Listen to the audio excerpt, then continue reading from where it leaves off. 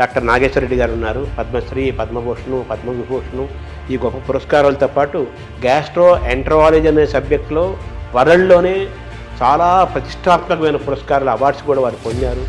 ఇటుపక్క ప్రభుత్వం నుంచి ఇచ్చే సివిలియన్ అవార్డ్స్తో పాటు ఆ రంగం గుర్తించిన అవార్డ్స్ కూడా చాలా అత్యంత విలువైనగా భావిస్తారు డాక్టర్స్. అవన్నీ పొందారు. వారిని అడిగి గ్యాస్ట్రో ఎంటరాలజీకి రిలేటెడ్గా చూసుకుంటూ మన కడుపు, జీర్ణాశయం, ఆరోగ్యం, ఆహారం, ఆనందం, సుఖం, లాంగివిటీ ఆఫ్ లైఫ్ స్ట్రాంగ్గా ఉండాలంటే ఏం చేయాలి, ఏం చేయకూడదు, ఇవన్నీ కూడా డాక్టర్ గారి ద్వారా మనం తెలుసుకునే ప్రయత్నం చేద్దాం. ₹1,00,00,000 జీతాన్ని కూడా ఇవ్వడానికి 10 ఏళ్ల క్రితం మీకు అవకాశం వచ్చినా కానీ అవన్నీ వదులుకొని, ఎందుకంటే మనం ఎందుకు గట్ హెల్త్ విషయంలో వెనకబడ్డాము. చాలా వరకు ఈ బ్యాక్టీరియా కంట్రోల్లో జరుగుతుంది. ఐశ్వర్య రాయ్ అని యాక్ట్రెస్ ఉంది, ఆమె she example of perfect health. అంత డిఫరెన్స్ ఉందా బ్యాక్టీరియా? థర్డ్ థింగ్ అంటే as far as possible normal delivery encourage చేయాలి, సిజేరియన్ డెలివరీ చేయాలి. ఫుడ్ ఈజ్ మెడిసిన్ కూడా అంటున్నారు. దానికి మేము చాలా రీసెర్చ్ చేశాను, మెడిటరేనియన్ ఫుడ్ అని. అన్నం తింటే తొందరగా అరుగుతుంది, ఈజీ డైజెస్టివ్ అనే మనకి ఈజీ డైజెషన్ మనకు మంచిది కాదు. మన భారతదేశాన్ని బ్లూ జోన్గా మార్చలేమా? బ్లూ జోన్ అంటే ఒకరిద్దరు పాటించింది కాదు. అంటే బ్లూ జోన్గా మారడం అంటే ఏం చేయాలి సార్? అందరూ అక్కడ 100 years బతుకుతారు.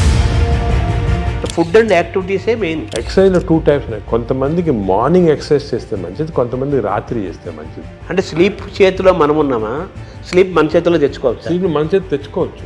ఆ sunrise sunset timing maintain చేసి బాడీ మంది కదా, ఓన్ యువర్ ఓన్ బాడీ అంటాం మనం. ఒక్కొక్క దానికి ఒక్కొక్క ఏజ్ ఉంటుంది. Human beings actually 120 years normal. Bank లాగా స్టూల్ బ్యాంకులు వస్తాయని మంచి హెల్తీ పీపుల్ని స్టూల్ తీసుకుంటే. ఈ ఐబిఎస్ గురించి కూడా చాలా చర్చ జరుగుతుంది. IBS 30% of normal population IBS ఉంది. ఐబిఎస్ అంటే ఏమి? డైరియా రావచ్చు, కాన్స్టిపేషన్ రావచ్చు, పెయిన్ రావచ్చు, ఈ కాంబినేషన్లో రావచ్చు. ప్లాస్టిక్ దాని రోల్ కూడా ఉంది కదా సార్ అందులో. ఆ ఫ్యాటీ లివర్ పెరుగుతుంది కదా ఇప్పుడు. ఫ్యాటీ లివర్ ఉన్న వాళ్ళు ఫ్యాటీ లివర్తో చనిపోరు అంత తొందరగానే వచ్చేస్తే. I'm aiming in 5 years time. మన జీన్స్ వల్లనే మనకి ఈ ఫ్యాటీ లివర్ పెరుగుతుంది, పొట్టలు వస్తుంది, పొట్ట పెరుగుతుంది అంటున్నారు కదా. ఈ ఎపిజెనెటిక్స్ టెక్నిక్స్లో ఈ జీన్స్ని బ్లాక్ చేశారు. ఈ ఒబెసిటీని తగ్గించడానికి, డయాబెటీస్ని కంట్రోల్ చేయడానికి ఇంజెక్షన్స్ వచ్చాయి అంటున్నారు. మెడికల్ షాప్స్లో అమ్ముతున్నారు, తీసుకొని తప్పు చేయకూడదు. అది ఎందుకు అంటే మేజర్ గోల్ ఏంటి సార్ అంటే హెల్త్ ఫర్ పీపుల్. భారతదేశానికి నోబెల్ రాదా? మనం పని చేస్తూ ఉంటే ఏజీని ఎలా చూడాలనుకుంటున్నారు భవిష్యత్తులో? మీరు డాక్టర్స్కి, పబ్లిక్కి, ప్రభుత్వాలకి ఇచ్చే ఒక సింగిల్ మెసేజ్ ఏంటి సార్?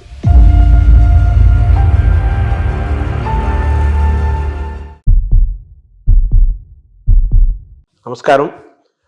మనతో పాటు డాక్టర్ నాగేశ్వర రెడ్డి గారు ఉన్నారు. గ్యాస్ట్రో ఎంటరాలజిస్ట్గా వారు ప్రపంచ ప్రసిద్ధులు. అనేక పరిశోధనలు చేశారు, చేస్తున్నారు. కొత్తదనం కోసం ఎప్పుడు వారు వెంపర్లాడుతుంటారు. అంటే రీసెర్చ్, పరిశోధన జరగాలి, డాక్టర్లు అప్డేట్ అవ్వాలి. అలాగే ప్రజలకి, సామాన్యులకు కూడా వైద్యం ఏమిస్తోంది, వైద్యంలో జరుగుతున్న పరిశోధనలు ఏంటి, ఏమేమి అందుబాటులో ఉన్నాయి, ఇవన్నీ తెలుసుకుంటూ మన ఆరోగ్యాన్ని ఏ విధంగా కాపాడుకోవాలి, అనారోగ్యానికి ఎలా దూరంగా ఉండాలి, చిన్న చిన్న మార్పులతో కూడా మన ఆరోగ్యాన్ని ఎలా మనం చేసుకోవచ్చు, ఇవన్నీ కూడా ఒక బాధ్యతాయుతమైన డాక్టర్గా వారి కెరీర్ని ప్రారంభించి ఈరోజు ప్రపంచ ప్రఖ్యాతి తీసుకొచ్చి గ్యాస్ట్రో ఎంటరాలజీలు అనే సబ్జెక్ట్లో వాళ్ళు టాప్లో ఉన్నారు.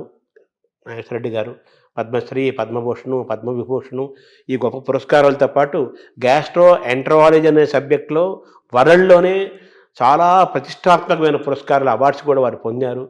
ఇటుపక్క ప్రభుత్వం నుంచి ఇచ్చే సివిలియన్ అవార్డ్స్తో పాటు ఆ రంగం గుర్తించిన అవార్డ్స్ కూడా చాలా అత్యంత విలువైనగా భావిస్తారు డాక్టర్స్. అవన్నీ పొందారు. వారిని అడిగి గ్యాస్ట్రో ఎంటరాలజీకి రిలేటెడ్గా చూసుకుంటూ మన కడుపు, జీర్ణాశయం, ఆరోగ్యం, ఆహారం, ఆనందం, సుఖం, అలాగే లాంగివిటీ ఆఫ్ లైఫ్ స్ట్రాంగ్గా ఉండాలంటే ఏం చేయాలి, ఏం చేయాలి, ఏం చేయకూడదు, ఇవన్నీ కూడా డాక్టర్ గారి ద్వారా మనం తెలుసుకునే ప్రయత్నం చేద్దాం. నమస్కారం డాక్టర్ గారు. నమస్కారం శర్మ గారు. మామూలుగా మీరు ఆ వృత్తికి చాలా గొప్ప విలువని, గౌరవాన్ని తీసుకొచ్చారు. అదే అప్పుచ్చేవాడు వైద్యుడు అని మామూలుగా మనం చిన్నప్పుడు చదువుకునేవాళ్ళం. సో ఆ వైద్యుడికి అంత స్థానం ఉంది. సరే, నెగిటివ్ పక్కన పెట్టేస్తే మీలాంటి వాళ్ళ వల్ల మళ్ళీ డాక్టర్లు ఇంత సర్వీస్ ఓరియంటెడ్గా ఉంటారు, ఇంత పబ్లిక్ ఇంట్రెస్ట్తో ఉంటారు, ఇన్ని రీసెర్చ్ చేస్తారు. ఆ వైద్యానికి, ఆ రంగానికి, అలాగే ఆ రాష్ట్రానికి, ఆ దేశానికి కూడా గొప్ప పేరు తీసుకొస్తారని మీలాంటి వాళ్ళ వల్ల మళ్ళీ ఆ వృత్తి యొక్క గౌరవాన్ని మీలాంటి వాళ్ళు కాపాడుతున్నారు. రీసెంట్గా పద్మవిభూషణ్ కూడా వచ్చింది. సో మీకు ముందుగా తెలుగు వారందరి తరపున మీకు అభినందనలు, పబ్లిక్ తరపున మీకు కృతజ్ఞతలు కూడా తెలియజేయాలి. సార్ ఇప్పుడు బాగా వినపడే మాట అన్ని డాక్టర్లు, వాడు కార్డియాలజిస్ట్ అయినా, నెఫ్రాలజిస్ట్ అయినా, న్యూరాలజిస్ట్ అయినా లైఫ్ స్టైల్ మాట్లాడుతున్నారు. ఫస్ట్ లైఫ్ స్టైల్ అంటున్నారు, తర్వాత గట్ హెల్త్ అంటున్నారు. గట్ హెల్త్, మైక్రోబయాము, దీని గురించే మాట్లాడుతున్నారు కదా. ఏంటి సార్ ఈ గట్ హెల్త్? ఈ గట్ హెల్త్ మనం కాపాడుకోవాలంటే ఏం చేయాలి? మనం ఎందుకు గట్ హెల్త్ విషయంలో వెనకబడ్డాము? గట్ హెల్త్ అనేది మీరు ఈ మధ్యనే వింటున్నారు అన్నమాట టర్మ్, కానీ మా మెడికల్ టర్మినాలజీలో చాలా రోజులుగా ఉంది గట్ హెల్త్ అనేది. దీనికి ఇంపార్టెన్స్ ఎందుకు వచ్చిందంటే, మామూలుగా సాధారణంగా నాన్ డాక్టర్స్ కానీ ఈవెన్ డాక్టర్స్ ఏమనుకునే వాళ్ళు హార్ట్ ఇంపార్టెంట్, చాలా హార్ట్ అండ్ కార్డియాలజిస్ట్కి అప్పుడు ప్రతి వాళ్ళు కార్డియాలజిస్ట్ చూపించుకోవటం, హార్ట్ అటాక్ వస్తుంది, స్టెంట్స్ వేసుకోవటం, హార్ట్ సర్జరీ చేసుకోవటం. అదేవిధంగా బ్రెయిన్ ఇంపార్టెంట్, మెదడులో ఏం రాకూడదని దానికి కరెక్ట్గా మందులు తీసుకోవటం, మెదడుకి కొన్ని ఎక్సర్సైజ్ ఉన్నాయి అవి చేయటము. అదేవిధంగా కిడ్నీస్ కూడా చాలా ఇంపార్టెంట్, లివర్ ఇంపార్టెంట్ అని అందరు అనుకునేవాళ్ళు. కానీ ఇప్పుడు మనకి రీసెంట్గా చాలా రీసెర్చ్ జరిగింది. దీంట్లో ఏం తెలిసిందంటే, ఇవి అన్నిటికీ సెంట్రల్ కంట్రోల్ అని ఒకటి ఉంటుంది. సెంట్రల్ కంట్రోల్ బ్రెయిన్లో లేదు, హార్ట్లో లేదు, కానీ సెంట్రల్ కంట్రోల్ మన పేగుల్లో ఉంది. ఎందుకు అంటే, ఇప్పుడు మీరు న్యాచురల్ ఎవల్యూషన్ చేసి చూసారనుకోండి, ఈ ఎవల్యూషన్లో మామూలుగా చిన్న జంతువుల్లో కూడా మ్యాక్సిమం ఇంపార్టెన్స్ పేగులకి ఇచ్చారు. ఎవల్యూషన్ అంటే nature has given that importance. ఎందుకు అంటే, మనం నార్మల్గా ఆహారం తింటాము, ఆహారం నుంచి ఎనర్జీ వస్తుంది. ఈ ఎనర్జీ ప్రతి ఆర్గన్కి డిస్ట్రిబ్యూట్ అవుతుంది. హార్ట్కి ఎనర్జీ అవసరం, బ్రెయిన్కి ఎనర్జీ అవసరం, కిడ్నీ.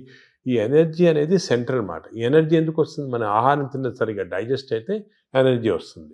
ఈ కాన్సెప్ట్ అనేది ఇప్పుడు మనకి తెలిసిపోయిన తర్వాత అసలు గట్లో ఇంత ఇంపార్టెన్స్ ఎందుకు ఉంది? మనకు గట్ అంటే ఆహార వాహిక, అదేవిధంగా జీర్ణాశయము, అదేవిధంగా చిన్న ప్రేగులు, పెద్ద ప్రేగులు, ఒక సిస్టమ్ ఉంది. ఈ సిస్టమ్ మనం తిన్న ఆహారం లోపలికి వెళ్ళిన తర్వాత, ఆహారం అనేది చాలా కాంప్లెక్స్.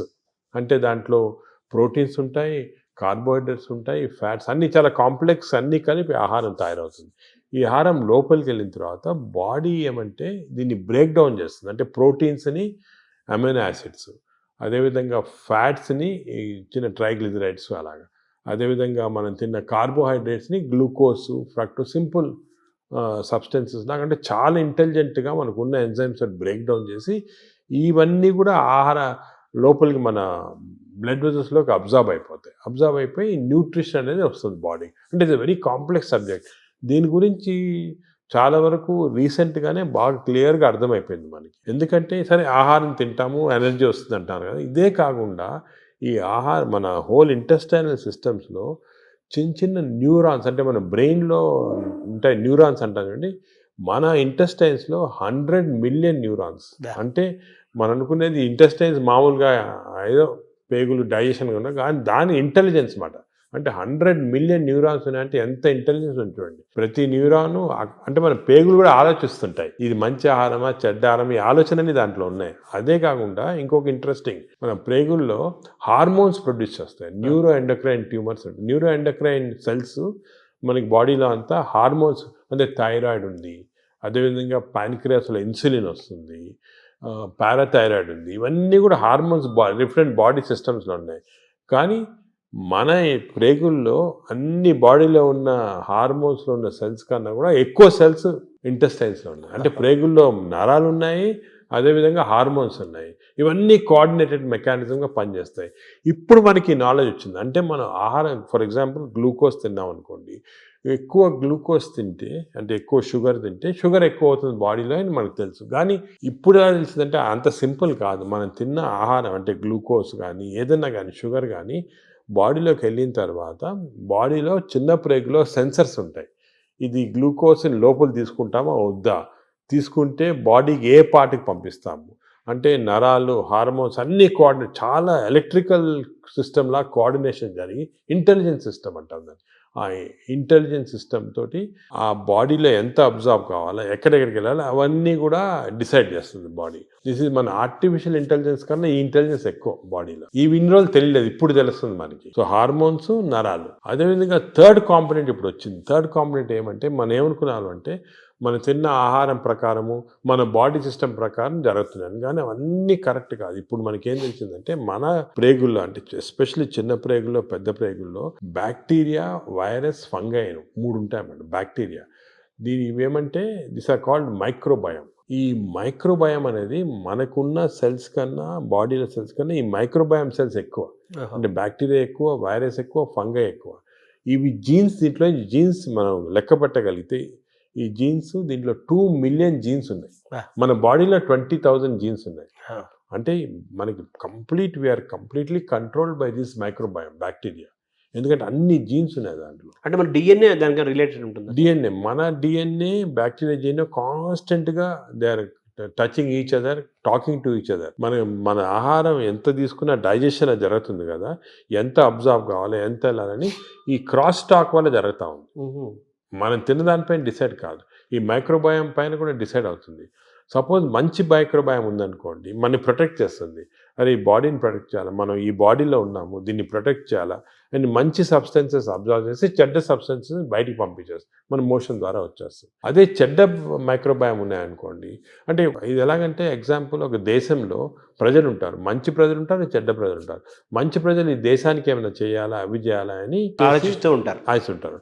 అదే చెడ్డ ప్రజలు టెర్రరిస్ట్ ఎలా దీన్ని డిస్ట్రాయ్ చేస్తాము అని.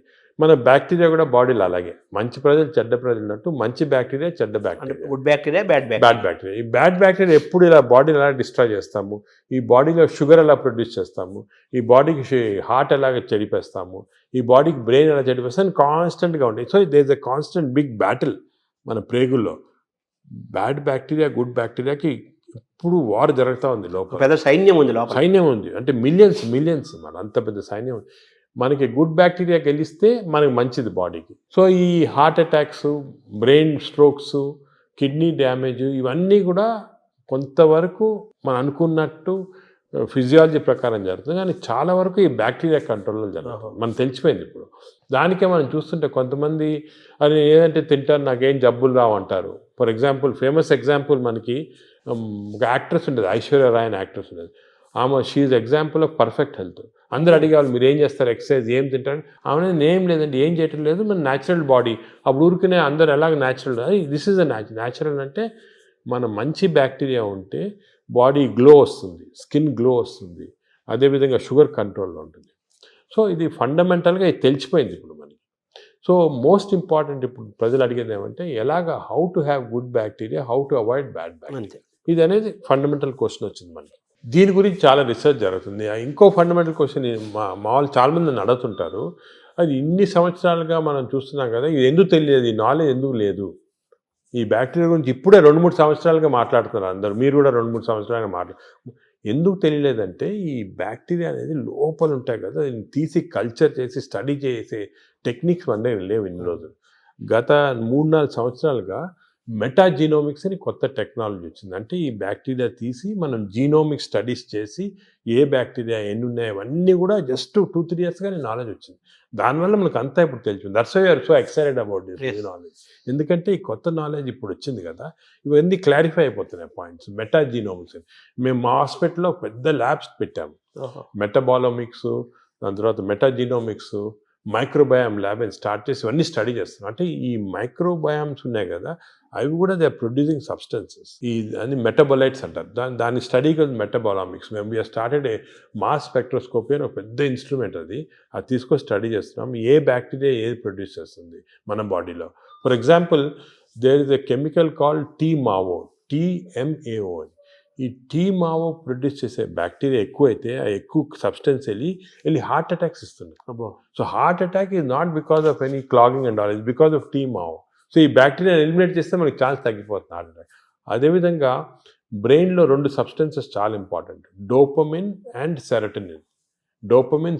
ఈ 2 కెమికల్స్ ఆర్ వెరీ ఇంపార్టెంట్. వాటి యొక్క చర్యలు ఏంటి సార్? ఇవి ఏం చేస్తాయి, డోపమిన్ ఈ బ్లడ్లో నుంచి బ్రెయిన్కి వెళ్ళిపోయి బ్రెయిన్ని స్టిమ్యులేట్ చేసి మనం మంచి థింకింగ్, స్మార్ట్ థింకింగ్, డల్నెస్ తగ్గించేస్తాయి, డిప్రెషన్ తగ్గించేస్తాయి. ఇవన్నీ కెమికల్స్ చేస్తామండి బ్రెయిన్లో. ఇంతకుముందు మనము కొంతమంది ఆర్టిఫిషియల్గా తీసుకునే వాళ్ళు, కానీ అది మంచిది కాదు. ఇంతకుముందు ఏమనుకున్నామంటే ఫుడ్, ఫర్ ఎగ్జాంపుల్ ఆల్మండ్స్ తింటే మంచిది, దాంట్లో సెరటోనిన్ ఇంక్రీజ్ అవుతాయని అనుకునేవాళ్ళు. కానీ ఫుడ్ డైరెక్ట్గా దానివల్ల కాదు. ఈ ఫుడ్, మనం తిన్న ఫుడ్ని బ్యాక్టీరియా తీసుకొని, ఫర్ ఎగ్జాంపుల్ మనం బాదం తిన్నామనుకోండి, మంచి బ్యాక్టీరియా ఉంటే ఈ బాదంని లో ఉన్న ట్రిప్టోఫాన్ని సెరటిన్ లాగా మార్చేస్తుంది బాడీకి. సెరటిన్ అంటే బ్యాక్టీరియా ప్రొడ్యూసింగ్ సెరటిన్, డోపమిన్, ఇవన్నీ కూడా ఇవి కూడా మంచి గుడ్ బ్యాక్టీరియా. డోపమిన్ వల్ల సార్ దానివల్ల ఏం జరుగుతుంది? డోపమిన్ వల్ల అగైన్ బాడీ యాక్ట్, ఎనర్జీ వస్తుంది, ఎక్సర్సైజ్ చేయాలనిపిస్తుంది, పాజిటివ్ థాట్స్ వస్తాయి. ఈ డోపమిన్ తక్కువ ఉన్న వాళ్ళు ఎప్పుడు డల్గా కూర్చొని ఎక్సర్సైజ్ చేయరు, దానివల్ల బద్ధంగా వచ్చే ఫ్యాట్, బాడీలో బాగా ఫ్యాట్ రావడం అవన్నీ అలా వస్తాయి. ఈ స్లీప్లెస్నెస్ అవన్నీ కూడా బ్యాక్టీరియాకి సంబంధించి. సో ఇవన్నీ మనకి ఇప్పుడు నాలెడ్జ్ వచ్చేసింది. ఈ బ్యాక్టీరియా ఏవే మంచిది, ఏవి చెడ్డవి, ఇవి మెయింటైన్ చేసుకోవాలి కరెక్ట్గా మనం. అంటే ఎలా మెయింటైన్ చేసుకోవాలి సార్? ఫుడ్లో ఉందా, మన ఎక్సర్సైజ్లో ఉందా? సో మనకి బ్యాక్టీరియా కూడా చాలా వరకు ఫుడ్లో, మనం తిన్న ఫుడ్ ప్రకారం ఒకటి, ఎక్స్టర్నల్ బ్యాక్టీరియా మనకు వస్తుంది. ఇది 3 ఇంపార్టెంట్ రీజన్స్ మనకు తెలియాలి, ప్రజలు కూడా తెలియాలి. ఏమంటే మనకి ఒరిజినల్గా పుట్టుకతోటే బ్యాక్టీరియా వస్తాయి బాడీలో, ఆహారం నుంచి. న్యూ బార్న్ ఆహారం తింది కదా, ఆహారం లేకుండా బ్యాక్టీరియా పుట్టుకతో. ఎలాగంటే మదర్ నుంచి డెలివరీలో వచ్చేస్తుంది బ్యాక్టీరియా. అంటే మన తొలి జీవే బ్యాక్టీరియా అని చెప్పచ్చా? అంటే తొలి జీవి అని కాదు, మనం పుట్టినప్పుడు మన కడుపులో స్టెరైల్గా ఉండవు, బ్యాక్టీరియా ఉంటాయి. ఎందుకు అంటే ఈ ఒకటి మన మదర్ ప్లసెంటా ఉంటుంది కదా, లోపల బర్త్ అవుట్ ప్లసెంటాలో కొంతవరకు బ్యాక్టీరియా వెళ్ళిపోతాయి. అంటే ఆమ్నియాటిక్ ఫ్లూయిడ్ అని ఉంటుంది దాంట్లో బ్యాక్టీరియా. అదేవిధంగా బర్త్ కెనాల్ నుంచి పాస్ అయినప్పుడు బేబీ బ్యాక్టీరియా కొన్ని మింగేస్తాయి మదర్ బేబీ. దానికే మేము చాలా రీసెర్చ్ జరిగింది దీని గురించి. ఏం కనుక్కున్నామంటే, మనకి suppose baby is born natural birth, antibiotics వాడలేదు 6 months, మదర్స్ మిల్క్ ఇచ్చామనుకోండి, మదర్స్ మిల్క్ 6 months వాడితే మంచి బ్యాక్టీరియా ఉంటాయి పుట్టుకతోటి. 6 months తర్వాత మంచి బ్యాక్టీరియా. అదే కాకుండా ఈ సిజేరియన్ డెలివరీ చేసి బ్రెస్ట్ మిల్క్ ఇవ్వకపోతే యాంటీబయాటిక్స్ ఫస్ట్ 6 monthsలో వాడితే చిల్డ్రన్లో బ్యాక్టీరియా మార్పులు వచ్చేస్తాయి, చెడ్డ బ్యాక్టీరియా ఉంటాయి. సో పుట్టుకతోటి we're starting with advantage or disadvantage. Advantage or disadvantage పాపం మా బేబీ డిసైడ్ చేయదు, మదరు, పేరెంట్స్, డాక్టర్ వాళ్ళు డిసైడ్ చేస్తారు. అంటే ప్రెగ్నెన్సీ దశలోనే ప్రీ ప్రెగ్నెన్సీ దశ నుంచే చూడాలంటారా? అంటే ప్రీ అంటే మనకి యాంటీబయాటిక్స్ మదర్ కూడా వాడకూడదు, ఎంత తక్కువ వాడితే అంత మంచిది. బేబీకి 6 months దాకా అసలు యాంటీబయాటిక్ వాడకపోతే మంచిది. ఇంకోటి ఫీడింగ్ కూడా మనం ఎంకరేజ్ చేయాలి. ఊర్లలో చేసేవాళ్ళు ఇంతకుముందు, ఇప్పుడు ఏదో సిటీస్లో అంతా ఫ్యాషన్ అయిపోయింది ఈ డబ్బా పాలియటం అని, అవన్నీ పోవాలి. 6 months దాకా కంపల్సరీ బేబీకి మదర్ మిల్క్ ఇవ్వాలి. మదర్ మిల్క్లో కొన్ని సబ్స్టెన్సెస్ ఉన్నాయి, స్పెషల్ సబ్స్టెన్స్, అంటే నేచర్ ఇచ్చింది. ఈ సబ్స్టెన్సెస్ వల్ల మంచి బ్యాక్టీరియా గ్రోత్ వచ్చేస్తుంది బాడీలో. బ్రెస్ట్ మిల్క్ ఇది best breast milk is best milk and breast milk is best for bacteria, correct bacteria. అది ఇప్పుడు తెలిసిపోయింది క్లియర్గా. సో 6 months ఉండాలి. అదేవిధంగా చిల్డ్రన్కి ఎంత మరీ అవసరమైతే తప్ప యాంటీబయాటిక్స్ ఇవ్వకూడదు. యాంటీబయాటిక్స్ మనం ఇచ్చేసామనుకోండి బ్యాక్టీరియా చేంజ్ అయ్యాం. ఇప్పుడు యాంటీబయాటిక్స్ అంతకుముందు డాక్టర్ ప్రిస్క్రిప్షన్ అవి ఉండేవి, ఇప్పుడు అవి లేవు, అందరూ మెడికల్ షాప్కి వెళ్ళి తీసుకోవడం అది కరెక్ట్ కాదు. దానికి యాంటీబయాటిక్స్ ఇవ్వకూడదు. థర్డ్ థింగ్ ఏమంటే, as far as possible normal delivery encourage చేయాలి, సిజేరియన్ డెలివరీ చేయకూడదు. అవునా సార్? అంటే అంత డిఫరెన్స్ ఉందా? బ్యాక్టీరియా డిఫరెన్స్ ఉందా? సిజేరియన్ ఇప్పుడు అసలు హాంకాంగ్లో ఒక మంచి ఇచ్చేసారు. ఇప్పుడు ఏం చేస్తారంటే, అక్కడ సిజేరియన్ డెలివరీస్ ఎక్కువ అవుతున్నాయని మదర్కి ఆ సిజేరియన్ డెలివరీ టైంలో స్టూల్ ఉంటుంది, అది తీసి పక్కకు ఫ్రిడ్జ్లో పెట్టి, బేబీ డెలివరీ సిజేరియన్ అయినా కూడా బేబీ డెలివరీ అయిన తర్వాత ఆ స్టూల్ ఫీడ్ చేస్తున్నారు బేబీకి. అవును. సో అట్లీస్ట్ కొంతవరకు నార్మల్ బ్యాక్టీరియా రావడానికి అంత ఇంపార్టెన్స్ ఉంది. సో ఇప్పుడున్న వాతావరణంలో మీరు చెప్పినట్టుగా, అంటే మనిషి పుట్టినప్పుడు నుంచే, పుట్టబోయే ముందు దశ నుంచే వెళ్ళిపోయేంత వరకు బ్యాక్టీరియా మేనేజ్మెంట్.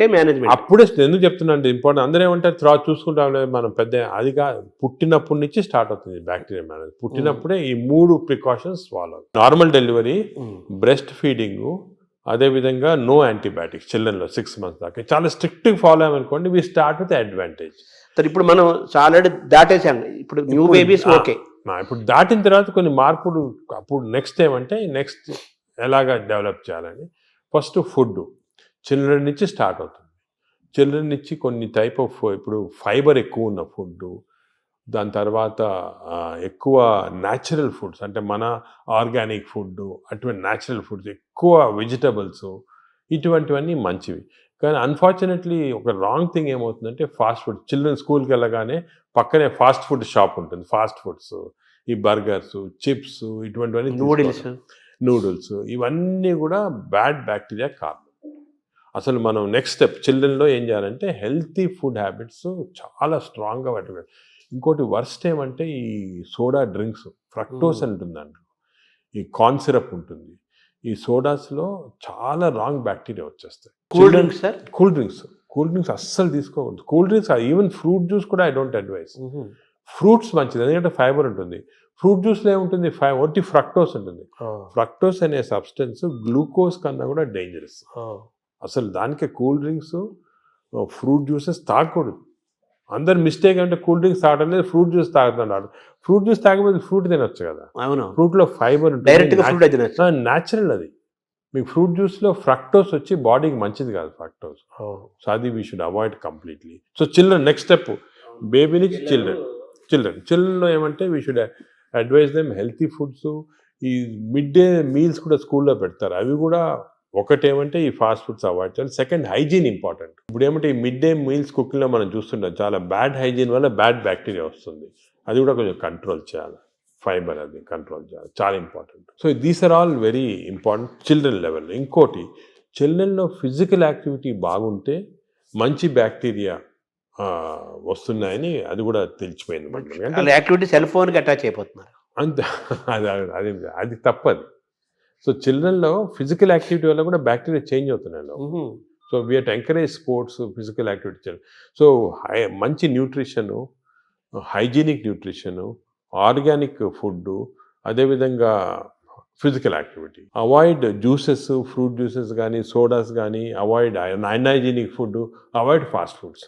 సింపుల్. అంటే చిన్నపిల్లలు, టీనేజర్స్, అడోలసెన్స్, తర్వాత అలా ఏజ్ పెరుగుతూ నెక్స్ట్ ఏజ్ ఇప్పుడు ఏమంటే ఇంకోటి బ్యాక్టీరియా ఏం చూసామంటే, చిన్నప్పుడు మార్పులు చేయటం సులభం, పెద్ద అయిన తర్వాత కష్టం. అంత ఈజీ కాదు, చాలా ఎఫర్ట్ పెట్టాలి పెద్ద అయిన తర్వాత చేంజ్ చేయడానికి. మీరు ఫుడ్ అనేది చాలా ఇంపార్టెంట్, ఫుడ్ ఈజ్ మెడిసిన్ కూడా అంటున్నారు. ఆ ఫుడ్ దానికే మేము చాలా రీసెర్చ్ చేసాము, మెడిటరేనియన్ ఫుడ్ అని. ఫర్ ఎగ్జాంపుల్ కొన్ని టైప్స్ ఆఫ్ ఫుడ్, ఈ కోకోనట్ వాటర్ అనుకోండి, 2 గ్లాసులు కోకోనట్ వాటర్ తాగితే మంచి బ్యాక్టీరియా ఉంటుంది. అదేవిధంగా బ్లాక్ కాఫీ, అసలు మిల్క్ అనేది రాంగ్ కాన్సెప్ట్. పెరుగు మంచిది కానీ పాలు మంచిది. ప్రోబయోటిక్ అంటారు కదా, పెరుగులో ప్రోబయోటిక్స్ ఉంటాయి. ప్రోబయోటిక్స్ జనరల్, పాలు మంచిది కాదు. ఎందుకంటే మనం వేరే స్పీసీస్ పాలు తాగుతున్నాం. మదర్ మిల్క్ మంచిది బేబీకి. అవును, 6 months అయిన తర్వాత వేరే స్పీసీస్ పాలు మంచిది కాదు. ఎందుకంటే పాలు, ఒక స్పీసీస్లో పాలు is meant only for that species. ఇప్పుడు ఆవు పాలు అనుకోండి, ఆవు పాలు అంటే దూడకు మంచిది, అది గ్రోత్కి మంచిది, చాలా ఎక్స్పోనెన్షియల్ గ్రోత్ అవుతుంది బేబీ. కాఫీ మంచిది కానీ వేరే మనం తాగటం మంచిది. అంటే మన వాళ్ళు ఆయుర్వేదం కూడా మనం సెకండ్ మాట్లాడుకుంటే వాళ్ళు ఏమంటారంటే ఆవు నెయ్యి, ఆవు పాలు, ఆవు ద్వారా వచ్చేదంతా కూడా మనకు మంచిది, బ్రెయిన్. ఆవు పాలు కాదు, ఆవు గీ పర్వాలేదు కానీ ఆవు పాలు మనకి కర్డ్స్ ఫామ్లో, అటువంటి ఫామ్లో మంచిగా. యాక్చువల్ మిల్క్ తీసుకుంటే దట్ ఆవు పాలు మెంట్ ఓన్లీ ఫర్ కాఫ్, అంటే వాళ్ళ పిల్లలకి అంతే. మనం వేరే స్పీసీస్ పాలు దాటం కరెక్ట్ కాదు, అది నేచర్ అగైన్స్ట్. అది అంటే మనుషులు వాళ్ళు తీసుకోవాలి, మనుషులంటే అంతే, exact same species, that is nature. మన నేచర్ కి వ్యతిరేకంగా వెళ్తుంది. ఆవు నెయ్యి మంచిది అంటారు కదా, బ్రెయిన్ మంచిదని కాదు, అంటే కొంతవరకు ఇంతకుముందు నెయ్యి తీసుకోవడం మంచిది కాదు అంటే, ఇప్పుడు కొంతవరకు లిమిటెడ్ క్వాంటిటీస్ లో పర్వాలేదు నేను వచ్చింది, అంతేగాని మంచిదని కాదు, ఎక్కువ తీసుకోవడం మంచిది అలా కాదు. ఇందులో ఈ జర్నీలో అవాయిడ్ వైట్స్ అనేది ఒక పెద్ద ప్రచారం జరుగుతుంది కదా సార్, అది అవాయిడ్ ఏదంటారు? అవాయిడ్ వైట్స్ అంటే అన్నము, వైట్ అనేది జనరల్ టర్మినాలజీ, కానీ జనరల్ గా దోస్ అంటే ఇప్పుడు మనం ఫుడ్ లో కార్బోహైడ్రేట్స్, ప్రోటీన్, ఫ్యాట్ లో saturated fat, unsaturated fat example ఏమంటే ఆలివ్ ఆయిల్. వెస్టర్న్ కంట్రీస్ లో ఆలివ్ ఆయిల్ ఎక్కువ తింటాం, మనం ఆలివ్ ఆయిల్ తో కుక్ చేయలేము. ఆలివ్ ఆయిల్ కుక్ చేస్తే అది చెడిపోతుంది. దానికి రైస్ బ్రాన్ ఆయిల్ అని ఉంది. Rice bran oil is equal to olive oil, దీనికి అన్సాచురేటెడ్ ఫ్యాటీ యాసిడ్ ఎక్కువ. Saturated fatty acids are hydrogenated fats ఏమంటే వనస్పతి, కొంతవరకు గీ, అవి మంచిది కాదు. కొంతవరకు మన కౌ గీ అంటే ఆవుది వచ్చిన గీ కొంతవరకు పర్వాలేదు, ఎక్కువ మంచిది కాదు. అన్నం కూడా తినొద్దు అంటున్నారు కదా వైట్స్ లో, అది ఫ్యాట్స్ పార్ట్. సో ఎక్కువ అన్సాచురేటెడ్ ఫ్యాటీ యాసిడ్స్ అవి మంచిది. హైడ్రోజనేటెడ్ ఫ్యాటీ యాసిడ్స్ వనస్పతి లాంటిది అవి మంచిది కాదు. నా సెకండ్ ఏమంటే కమింగ్ టు కార్బోహైడ్రేట్స్లో సింపుల్ కార్బోహైడ్రేట్స్, కాంప్లెక్స్ కార్బోహైడ్రేట్స్ ఉంటాయి. సింపుల్ కార్బోహైడ్రేట్స్ అంటే ఏమి, రైసు ఇటువంటివి. ఏమంటే సింపుల్, దీంట్లో ఎక్కువ ఫైబర్ ఉండదు, మనం తింటే గ్లూకోజ్ ఇమ్మీడియట్గా బాడీలో అబ్జర్వ్ అయిపోయి మంచిది కాదు. లోపల బ్యాక్టీరియా కూడా అవి కూడా లేజీ అయిపోతాయి, ఎక్కువ పని లేదు దానికి. రైస్ ఇచ్చామనుకోండి, గ్లూకోజ్ తీసి బాడీకి పంపించే డ్రౌజినెస్. వేరే same complex carbohydrates millets out example. Millets అనుకోండి, దాంట్లో చాలా ఫైబర్ ఉంటుంది, గ్లూకోజ్ ఆ ఫైబర్ మధ్యలో ఉంటుంది, దాన్ని ఎక్స్ట్రాక్ట్ చేయాలంటే అంత ఈజీ కాదు, బ్యాక్టీరియా కూడా కొంచెం పనిచేయాలి దానికి. అంటే ఒకప్పుడు మనం రాగులు, సజ్జలు, మంచి జొన్నలు, ఆరికలు, కొర్రలు, రాగులు కానీ మంచిది, ఈ సొరగము అవన్నీ కూడా అంటే మిల్లెట్స్ ఆర్ వెరీ గుడ్. ఇవి మనం రియలైజింగ్ నా ఎక్కువ మిల్లెట్స్ తింటే మంచిది అది. సో దీస్ కార్బోహైడ్రేట్స్లో మిల్లెట్స్ ఎక్కువ కాన్సన్ట్రేట్ చేసేసి polished, especially polished rice avoid చేయాలి. అంటే మామూలుగా అన్నము కంపారిటివ్ గా అన్నం తింటే తొందరగా అరుగుతుంది, ఈజీ డైజెస్టివ్ అనే మనకి ఈజీ డైజెషన్ మనకు మంచిది కాదు. మనకి ఈజీ డైజెషన్ అంటే పేషెంట్స్కి బాగా వీక్ ఉన్న వాళ్ళకి అవసరం, కానీ మనకి నార్మల్ కాంప్లెక్స్ డైజెషన్ మంచిది. ఎందుకంటే కాంప్లెక్స్ డైజెషన్లో ఫైబర్, దీన్ని గ్లైసిమిక్ ఇండెక్స్ అంటారు, ఒక టర్మినాలజీ పబ్లిక్ కూడా తెలియాలి. గ్లైసిమిక్ ఇండెక్స్ అంటే ఏమంటే మన ఆహారం తిన్నామంటే మన బ్లడ్ షుగర్ లెవెల్ ఎంత ఇంక్రీజ్ అవుతుంది. సో గ్లైసిమిక్ ఇండెక్స్ ఒక ఫుడ్ ఎక్కువ ఉంది అంటే డైజెషన్ కావచ్చు, కానీ ఆ గ్లైసిమిక్ ఇండెక్స్ ఎక్కువ కావటం వల్ల గ్లూకోజ్ ఎక్కువే మంచిది కాదు బాడీకి. సో రైస్కి, షుగర్కి మ్యాక్సిమం గ్లైసిమిక్ ఇండెక్స్, ఎందుకంటే షుగర్ తినడానికి ఇమీడియట్ గ్లూకోజ్ ఎక్కువ అవుతుంది, రైస్ తినడానికి కొంతవరకు అవుతుంది. కానీ కాంప్లెక్స్ కార్బోహైడ్రేట్స్ మిల్లెట్స్ అయితే గ్లైసిమిక్ ఇండెక్స్ తక్కువ. కొన్ని ఉన్నాయి బీన్స్, మన చిక్కుడుకాయ, ఇది కిడ్నీ బీన్స్ అంటారు అవి, అవన్నీ రాజ్మా, ఇవన్నీ గ్లైసిమిక్ ఇండెక్స్ తక్కువ. అవి కూడా కార్బోహైడ్రేట్స్, గ్లైసిమిక్ ఇండెక్స్ తక్కువ. అంటే అవి తింటే దాంట్లో ఫైబర్ నుంచి గ్లూకోజ్ బయటికి లాగాల, బ్యాక్టీరియా పనిచేయాలి, అన్ని చేసి స్లోగా గ్లూకోజ్ ఇంక్రీజ్ అవుతుంది. సో దట్ ఈస్ నాట్, అది మంచిది. లో గ్లైసిమిక్ ఇండెక్స్ అంటే మంచిది. సో ఇది కార్బోహైడ్రేట్స్. సో అరుగుదల రైస్ తింటే మంచిది అరగటం అనేది మంచిది కాదు, తొందరగా అరగకూడదు, డిలేగా. థర్డ్ ఆస్పెక్ట్ ప్రోటీన్లో మనకి యానిమల్ ప్రోటీన్, వెజిటబుల్ ప్రోటీన్ అంటే ఈ స్ప్రౌట్స్, దాల్స్, ఇవన్నీ వెజిటబుల్ ప్రోటీన్. యానిమల్ ప్రోటీన్లో కొన్ని మంచి ఉంది, చెడు ఉంది. Animal protein high quality protein, for example eggs అనుకోండి, మంచిది యానిమల్ ప్రోటీన్. అదేవిధంగా కొంతవరకు ఫిష్ మంచి ప్రోటీన్, అంటే దాంట్లో ఎక్కువ ఫ్యాట్ లేదు. కానీ ఇప్పుడు రెడ్ మీట్ అనుకోండి, దాంట్లో సాచురేటెడ్ ఫ్యాట్ ఎక్కువ, అది మంచిది కాదు. అసలు రెడ్ మీట్ అనేది తినకూడదు అసలు. ఈ రెడ్ మీట్ వల్ల మనకి బాడీ హార్మ్ కాకుండా ఈ బాడీలో క్యాన్సర్స్ రావటము, కోలన్ క్యాన్సర్స్ వెస్టర్న్ కంట్రీలో చాలా ఎక్కువ పాలిప్స్ అది రెడ్ మీట్ వల్ల. So red meat complete avoid చేస్తేనే బెటర్.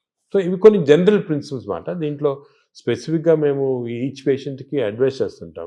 ఎందుకంటే ఇవి ఇంపార్టెన్స్ ఎందుకు వచ్చింది వాటికంటే, మన ప్రపంచంలో 5 బ్లూ జోన్స్ అని ఉన్నాయి. బ్లూ జోన్స్ అంటారు, బ్లూ జోన్స్. ఈ 5 బ్లూ జోన్స్లో ఫర్ ఎగ్జాంపుల్ సార్డినియా అని ఇటలీలో ఉంది, అదేవిధంగా లైమలోండా అని చిన్న అంటే ఒక్కనవా అని జపాన్లో ఉంది. ఈ 5 బ్లూ జోన్స్లో ఏమంటే people are living for very long period. ఈ బ్లూ జోన్స్, అవి బ్లూ జోన్స్ అంటారు. అంటే కొన్ని వరల్డ్లో 5 బ్లూ జోన్స్లో people are living mainly 100 years దాకా. అందరు అక్కడ 100 years బతుకుతారు. లాంగివిటీ ఒకటి, హెల్తీగా ఉన్నారు అందరు. డయాబెటీస్ తక్కువ, హైపర్ టెన్షన్, హార్ట్ డిసీజ్. ఎందుకు అని చాలామంది దీన్ని రీసెర్చ్ చేసి చూస్తే మెయిన్గా వాళ్ళ 2 diet habits, second physical activity.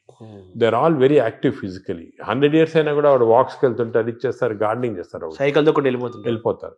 Mentally బాగా యాక్టివ్ ఉంటారు. డయట్ వాళ్ళది మెడిటరేనియన్ డయట్ అని ఎక్కువ తింటారు. ఇది మెడిటరేనియన్ అంటే olive oil, nuts, vegetables, fresh fruits, fish. Food and యాక్టివిటీసే మెయిన్. ఫుడ్ ఇటువంటి ఫుడ్ అంటే మన బాడీకి ఎక్కువ స్ట్రెయిన్ లేకుండా మంచి ఫుడ్. ఇవి మేము యాక్చువల్లీ మా దాంట్లో రీసెర్చ్ చేసి ఇటువంటి ఫుడ్ ఆలివ్ ఆయిల్ మనం తినలేము. Then we are converted it Indo Mediterranean diet. మా వెబ్సైట్లో దొరుకుతుంది, మీకు 400 రెసిపీస్ ఉన్నాయి. అంటే మెడిటరేనియన్ దోశ ఎలా చేయాలా, మెడిటరేనియన్ ఇడ్లీ ఎలా ఉంటుంది, వేరేగా ఉంటుంది మన దాంట్లో. మన ఇడ్లీ అనుకోండి రిఫైన్డ్ కార్బోహైడ్రేట్, అది తింటే గ్లూకోజ్ తక్కువ ఇంక్రీజ్ మంచిదిగా. మెడిటరేనియన్ ఇడ్లీ తింటే అలా కాదు, స్లోగా డైజెస్ట్ అయ్యి బాడీకి మంచిది. సో ఏమంటే అంటే మామూలుగా అందరికి ఉండే నోషన్ ఏంటంటే తొందరగా అరిగేది మంచి ఫుడ్ అని, తర్వాత మన బాడీ చాలా బాగా పనిచేస్తుంది అని ఫీలింగ్ లో ఉంటారు. తప్పు అదే ఐ వాంట్ యూనోటి. అసలు అరుగుదల స్లోగా అరిగేది మంచిది. Body has to work for digestion. బాడీలో స్లోగా గ్లూకోజ్ రావాలా. పేషెంట్స్కే మనకి వి వాంట్ క్విక్ డైజెషన్ ఉంటుంది, మన నార్మల్ పీపుల్కి అది మంచిది కాదు. సార్ ఈ ప్రోటీన్ గురించి మీరు చెప్పారు కదా, ఫిష్, ఎగ్స్ ఇవి చెప్పారు. ఇదంతా వెజిటేరియన్ వాళ్ళకి ఎక్కడ నుంచి? వెజిటేరియన్ వాళ్ళకి ప్రోటీన్స్ చాలా, అసలు వెజిటేరియన్ ప్రోటీన్ మంచి ప్రోటీను, దాల్, స్ప్రౌట్స్, ఆల్ లెంటిల్స్లో ప్రోటీన్స్ ఉంటాయి. బీన్స్, ఇటువంటి దాంట్లో కూడా పెసర మంచిది. ఇప్పుడు దోశ బదులు పెసరట్టు తినండి, మంచిది. మన పెసరట్టు మంచిది చాలా. మీరు ఒక 2 రోజులు దోశలు ఇడ్లీలు ఆపేసి పెసరట్టు తినండి, మంచిది చాలా. పెసరట్టు మన ట్రెడిషనల్గా చూడండి, పెసరట్టు, కోకోనట్ చట్నీ, సాంబారు, అల్లం పచ్చి, ఇవన్నీ మంచి అసలు హెల్తీ. అలా తిన్నాం అనుకోండి మనకి మంచి హెల్త్కి మంచిది. సో ఈ western breakfast toast butter egg అన్న బదులు ఇవి మంచి మాట. అంటే మామూలుగా ఈ ప్రపంచం పెద్దది, ఒక్కొక్క ప్రాంతంలో ఒక రకమైన శీతోష్ణ స్థితిలో, అంటే చలి శీతోష్ణ పరిస్థితుల్లో ఒక్కో ప్రాంతానికి ఒక్కో రకంగా ఉంటాయి, జీన్స్ ఒక్కో రకంగా ఉంటాయి. దీన్ని స్టడీ చేసి కొన్ని వందల వేల సంవత్సరాల క్రితమే ఆయా ప్రాంతాలకి ఈ ఆహారం మన వాళ్ళు డిసైడ్ చేశారు. 100 ఏళ్ల నుంచి మనం అవే ఫాలో అవుతున్నాము కదా. ఇప్పుడు ఇది మారుతుంది. మారడం లేదు. నేను అనేది ఏమంటే మనం ఏ ప్రాంతంలో ఉన్నామంటే ఆ ప్రాంతము భోజనం ఫుడ్స్ అడాప్ట్ చేయడం మంచిది. అవును, మీరు చెప్పాను కదా, ఫర్ ఎగ్జాంపుల్ పెసరట్టు మన దాంట్లో, అలాగా చాలా చిక్కుడుకాయతో చేస్తారు, లాల్తో చేస్తారు, సాంబారు, ఇటువంటివన్నీ హెల్తీ ఫుడ్స్. ఇవి మనము అదే కంటిన్యూ చేయాలి. బట్ ఏమంటే కొత్తగా వెస్టర్నైజ్ ఫుడ్స్, ఇప్పుడు ఇడ్లీ కూడా మనకి వేరే టైప్స్లో చేయొచ్చు. పురాణాలు వేరే మామూలుగా ప్యూర్ ఇడ్లీ వచ్చింది అనుకోండి, కంప్లీట్ డైజెస్టెడ్, అవన్నీ మోడర్న్. ఇది అది ఆవిరికూడు అనేవాళ్ళు, ఆవిరికూడు అనేవాళ్ళము. అలాగే ఇప్పుడు మనము ఆపం తీసుకోండి, ఆపం కూడా బాగా స్టీమ్డ్, అది మంచి ఇది, అది కేరళ వాళ్ళు ఎక్కువ తింటారు, అది తింటారు మన దగ్గర కూడా. సో ఇటువంటివన్నీ ఒరిజినల్ డైట్స్ అని మనం ఫాలో అయ్యి ఈ కొత్త అడిషన్స్ వచ్చాయి చూడండి, అవి మంచిది కాదు. మన ఏ రీజన్లో ఉంటే ఆ ఆహారం తింటాం. కేరళ అనుకోండి, ఆ కేరళ వాళ్ళు తిన్న ఆహారం అది మంచిది, లోకల్గా వాళ్ళకి ఎక్కడ గ్రో అయిన ఆహారం తింటే అది చాలా మంచిది. మన ఈ వెస్టర్నైజ్ డైట్స్ వచ్చి చాలా ఇచ్చేస్తుంది. ఈ వెస్టర్నైజ్ డైట్స్ కూడా మన డైట్స్కి అడాప్ట్ చేసుకోవాలి. అవి తింటే కూడా మనం ప్యూర్ వెస్టర్నైజ్డ్ మెడిటరేనియన్ డైట్ మనం తినలేము.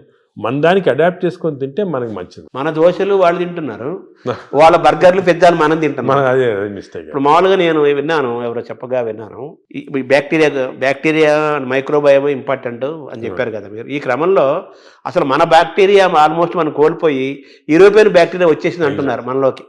అది కరెక్ట్. అంటే స్లోగా ఈ వెస్టర్నైజేషన్ వల్ల మనకి మంచి బ్యాక్టీరియా ఉంది, అది పోయి బ్యాడ్ బ్యాక్టీరియా వచ్చి ఓవర్టేక్ చేస్తూ ఉంది. సో మనం ఇప్పుడు అగైన్ దీని గురించి కూడా మేము చాలా రీసెర్చ్ చేస్తున్నాము. We are studying bacteria in different people in different places.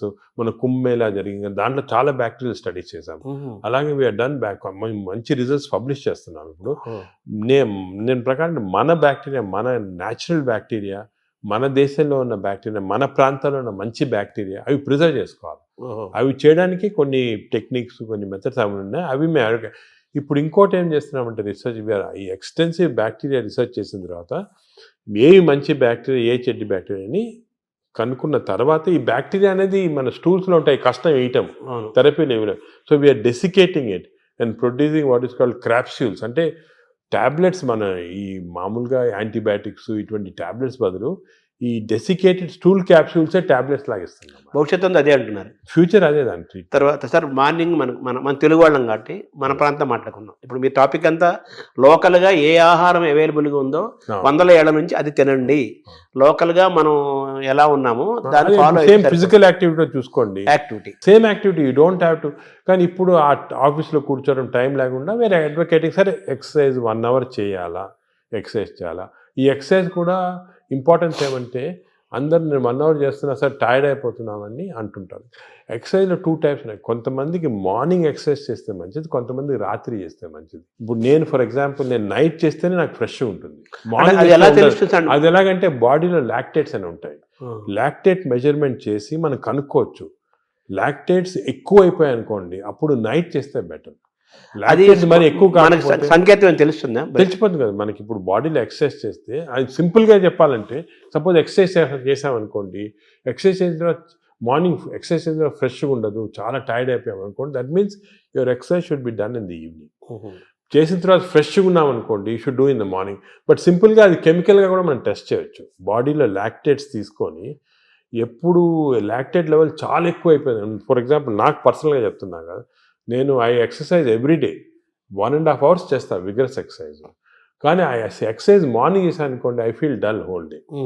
అదే నైట్ చేశాను అనుకోండి బాగా ఫ్రెష్ ఉంటుంది నాకు. అది నేను నా లాక్టేజ్ మెజర్మెంట్ చేసి చూసుకున్నాను. అంటే మీరంటే డాక్టర్ కాబట్టి సైంటిఫిక్ గా ఎవరికైనా తెలుసుకుంటారు. మామూలు పల్లెటూరు మామూలు వాళ్ళు ఎలా మీరు కూడా ఏం లేదు, ఇప్పుడు ఎక్సర్సైజ్ చేసి మీ బ్లడ్ శాంపుల్ లాక్టేట్ లెవెల్ పంపించారనుకోండి, లాక్టేట్ లెవెల్ మరీ ఎక్కువ ఉంటే మీరు నైట్ చేసుకోవటం బెటర్. అంటే మన బాడీ సంకేతం ఇస్తుంది కదా మైండ్ లో కూడా తెలిసిపోతుంది మనకి ఏది ఎక్సర్సైజ్. మీకు కూడా మార్నింగ్ వాక్ చేశారనుకోండి, కానీ ఇంకోటి ఏమంటే ఎక్సర్సైజ్లో ఏదో లీజర్లీ ఫ్రెండ్స్ మాట్లాడుకుంటా కాఫీ తాక్కుంటా ఏదో స్మోక్ చేసుకుంటా వాకింగ్ అది విగ్రెస్గా మినిమం పర్ అవర్ 6 kilometers నడవాలి. Minimum 6 is minimum.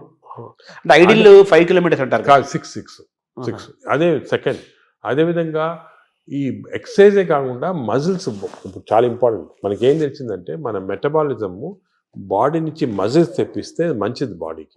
సో చిన్న చిన్న మజిల్ ఎక్సర్సైజెస్, హ్యాండ్ ఎక్సర్సైజెస్, ఈ కోర్ ఎక్సర్సైజ్ అంటాం, అంటే బాడీలో ఉన్న అబ్డామిన్ మజిల్స్ కోర్, ఈ కోర్ ఎక్సర్సైజ్ ఇవన్నీ చేసి మన బాడీలో muscle strength plus aerobics. Aerobic strength అంటే అలాగా వీ కెన్ డూ ఈ వాకింగ్, సైక్లింగ్, స్విమ్మింగ్, ఇవన్నీ ఏరోబిక్ ఎక్సర్సైజ్. ఈ రెండు ఈక్వల్ కాంపనెంట్ చేయాలి. మామూలు చాలా మంది ఉట్టి వాక్ చేసి వదిలేస్తారు, అది లీజర్లీ వాక్. రోజు పొద్దున ఒక 2-3 kilometers ఫ్రెండ్స్ వచ్చి బాగా బ్రేక్ఫాస్ట్ తిని హ్యాపీ కరెక్ట్ కాదు, తెలియదు అది. So we have to do the correct type of exercise. Morning ఎక్సర్సైజా, ఈవినింగ్ ఎక్సర్సైజా, ఎంత ఎక్సర్సైజ్ చేయాలా, ఏ బాడీకి ఎక్సర్సైజ్ చేయాలా, abdomen central abdomen exercise, hands muscle, ఇవన్నీ కూడా కరెక్ట్గా అడ్వైస్ తీసుకొని చేయటం బెటర్. అంటే మామూలుగా కార్బోహైడ్రేట్స్, ప్రోటీను, మీటు ఇలా పర్ఫెక్ట్ సంపూర్ణమైన ఆహారం ఎలా ఇంపార్టెంటో మన ఎక్సర్సైజ్ ఫార్మేట్ ఎక్సర్సైజ్ ఎప్పుడు చేయాలా, ఏ ఎక్సర్సైజ్, అవి కూడా చాలా అది నెగ్లెక్ట్ చేస్తాం. వాకింగ్, ఏరోబిక్స్ ఇవన్నీ ఎక్సర్సైజ్ కాంబినేషన్ చేయాలి. ఇప్పుడు థర్డ్ కాంపోనెంట్ గట్ హెల్త్కి స్లీప్. స్లీప్ గురించి చాలా మిస్నామర్స్ ఉన్నాయి. అంటే చాలామంది బిజీ వాళ్ళు, ఇప్పుడు నేను కూడా మొట్టమొదట ఇది కూడా మిస్టేక్స్ చేసేవాళ్ళము. టైం లేదని చెప్పి 4 గంటలు పండుకోవటము అలా చేసి కొంతవరకు ఈ బ్యాక్టీరియా చాలా important. They are very sensitive to sleep. Bacteria కూడా పండుకోవాలి కదా, రెస్ట్ ఇవ్వాలి కదా. మనం సపోజ్ మన బాడీ వర్క్ చేస్తుంది, దాని రెస్ట్ అవి ఇరిటేట్ అయిపోయి గుడ్ బ్యాక్టీరియా పోతాయి బాడీలో. అంటే ఎలాగంటే మన ఆర్గనైజేషన్ ఎంప్లాయీస్ ఉంటారు, మన ఎంప్లాయీస్కి రెస్ట్ ఇవ్వకుండా రాత్రి పగలు పని చేయండి అంటే మంచోళ్ళు వెళ్ళిపోయి చెడ్డోళ్ళు మిగులుతారు, మధ్య ఫైట్ వచ్చి. అలాగే బ్యాక్టీరియా కూడా సేమ్ ఒక ఫ్యాక్టరీ లాగా లోపల. Look after sleep. స్లీప్ నార్మల్గా ఇండివిజువల్గా ఒకరికి 8 hours, కొంతమంది 6 hours, అలా డిఫరెంట్ రేంజ్. 6 to 8 hours అంటాము, 7 hours నార్మల్గా యావరేజ్. మరీ ఎక్కువ స్లీప్ 10 hours చేస్తే కూడా లోపల బద్ధకం వచ్చేస్తుంది, బ్యాక్టీరియా కూడా బద్ధకం వస్తుంది. ఎంత ఇవ్వాలి అంత ఇవ్వాలి, 7 to 8 hours. కానీ మోస్ట్ ఇంపార్టెంట్ ఏమంటే మనం మాడిఫై కూడా చేసుకోవచ్చు ఈ స్లీప్. కొన్ని ఎక్సర్సైజెస్ వల్ల 8 hours అవసరం ఉన్న స్లీప్ 4 hours సేమ్ స్ట్రెంగ్త్ రావచ్చు. అదేమంటే రెమ్, నాన్ రెమ్ స్లీప్ అంటారు. రెమ్ స్లీప్ ఇంపార్టెంట్ మనకి, ర్యాపిడ్ ఐ మూమెంట్ స్లీప్ అంటారు, గాఢ నిద్ర అంటారా. రెమ్ స్లీప్ అనేది మన నిద్రలో డ్రీమ్స్ వస్తాయి, అవన్నీ రెమ్ స్లీప్.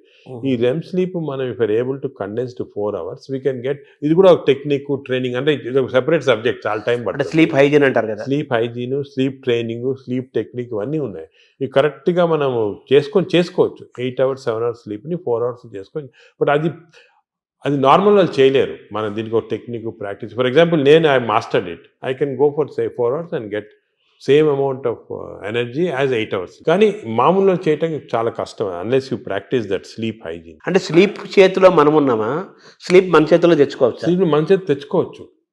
చాలా వరకు నార్మల్ పబ్లిక్ స్లీప్ చేతిలో ఉన్నారు. సో అప్పుడు ఏం చేయాలా, suppose you don't have this technique and to do this, ఎందుకంటే ఇవన్నీ కూడా కొంత ప్రాక్టీస్ అవ్వాలి. లేదంటే మోస్ట్ ఇంపార్టెంట్ ప్రిన్సిపల్ ఏమంటే మీరు స్లీపింగ్ బిట్వీన్ 10 to 4, అంటే 6 hours ఉందనుకోండి, 10 to 4 చేయండి, లేకపోతే 10 to 6 చేయండి. అంటే 10 o'clock అర్లీ స్లీప్ అని. ఎందుకంటే నేచర్ కూడా ఎలాగంటే మనం ఎప్పుడు ఈ లైట్లు గీట్లు లేనప్పుడు సన్ రైజ్ లేసేవాళ్ళము, సన్ సెట్టింగ్ పండుకున్నాము పల్లెటూరు. సో సన్సెట్ నార్మల్గా 7 o'clock 8 o'clock అవుతుంది. So early sleep. Sunrise పొద్దున early morning 5 o'clock 6 o'clock. So ఆ sunrise sunset timing maintain చేస్తే కొంతవరకు న్యాచురల్ స్లీప్ చాలా హెల్తీ స్లీప్. అంటే బ్యాక్టీరియా కూడా చాలా సంతోషపడతాయి. అండ్ ఎవల్యూషన్ ఇది మిలియన్స్ ఆఫ్ ఇయర్స్ ఎప్పుడు వచ్చింది కాదు, కొన్ని మిలియన్స్ ఆఫ్ ఇయర్స్ ఎవల్యూషన్లో ఇలా తయారయ్యాం మనం. ఇప్పుడు ఈ గత 200-300 సంవత్సరాలుగా ఈ ఎలక్ట్రిసిటీ ఇవన్నీ రావడం జరిగింది. కానీ ఓల్డెన్ డేస్లో మనం చేసేది ఆ ప్యాటర్న్ ఫాలో అవుతుంది. So early bed, early getting up, Early to bed and early to rise అంటారు కదా. అంటారు కదా, అది సామెత మంచి కరెక్ట్ సామెత. అది మనకి చాలా మంది successful people have done that. ఇప్పుడు మనకి స్లీప్ టెక్నిక్, వర్కింగ్ స్టైల్ మారింది కదా సార్. మనకు మారింది కాబట్టి మనం ఈ కొత్త స్లీప్ ఎక్సర్సైజ్, స్లీప్ టెక్నిక్ చేసి కొంచెం మార్పులు చేస్తున్నాం. ఫర్ ఎగ్జాంపుల్ నాలాటోళ్ళు అర్లీ స్లీప్ పాసిబిలిటీ కాకపోతే I can modify this using these techniques and get the same effect. ఇది జనరల్ పబ్లిక్ చేయలేరు కదా. అంటే మెటాబాలిజం యాక్సెప్ట్ చేస్తుందా? అంటే మనం ట్రైన్ చేసుకోవచ్చు. స్లీప్ కూడా ట్రైనింగ్ ఉంది.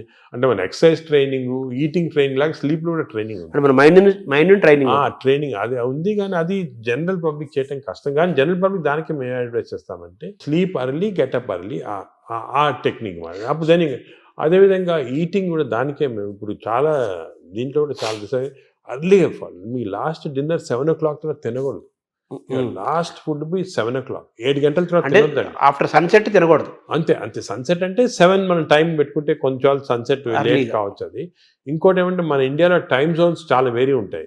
ఇప్పుడు అస్సాంలో ఉన్న టైము, బాంబేలో టైం సేమ్, కానీ యాక్చువల్లీ కరెక్ట్ కాదు నేచర్ ప్రకారం. మనము 7 o'clock అని పెట్టామనుకోండి, అది ఈజీగా అర్థమవుతుంది. సో మామూలుగా మన బ్రేక్ఫాస్ట్ హెవీగా ఉండాలా, లంచ్ కొంచెం మోడరేట్గా ఉండాలా, డిన్నర్ చాలా లైట్గా ఉండాలా before 7 o'clock. Simple principles. Overall గా మన గట్ హెల్త్ అనేది మొత్తం present, future, everything gut health కాబట్టి ఈ గట్ హెల్త్ మెయింటైన్ చేయాలంటే ఫుడ్, యాక్టివిటీస్ అండ్ స్లీప్ ఇవి కరెక్ట్ అని నార్మల్గా చెప్తుంటారు అందరు, ఫుడ్ యాక్టివ్స్ అయిపోయినా. అది కానీ దీంట్లో చాలా సైన్స్ వచ్చింది, మనం డిస్కస్ చేసాం కదా, దీనిలో చాలా నాలెడ్జ్ వచ్చింది, చాలా ఉంది.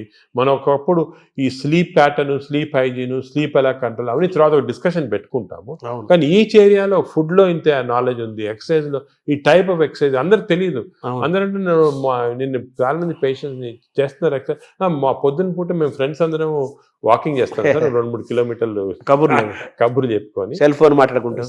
అంటే మాట్లాడుకోవచ్చు, కబుర్లు చెప్పుకోవచ్చు. కానీ బ్రిస్క్ వాక్ 6 km/h అనేది కాన్సెప్ట్. అదే విధంగా మజిల్ బిల్డింగ్, మీకు కోర్ మజిల్స్, అన్ని షోల్డర్ మజిల్స్, ఇవన్నీ కూడా కొంతవరకు బిల్డ్ చేయాలి. అది సబ్ టెక్స్ట్ అంటారు చూడండి, సబ్ టెక్స్ట్ అనేది ఉంది.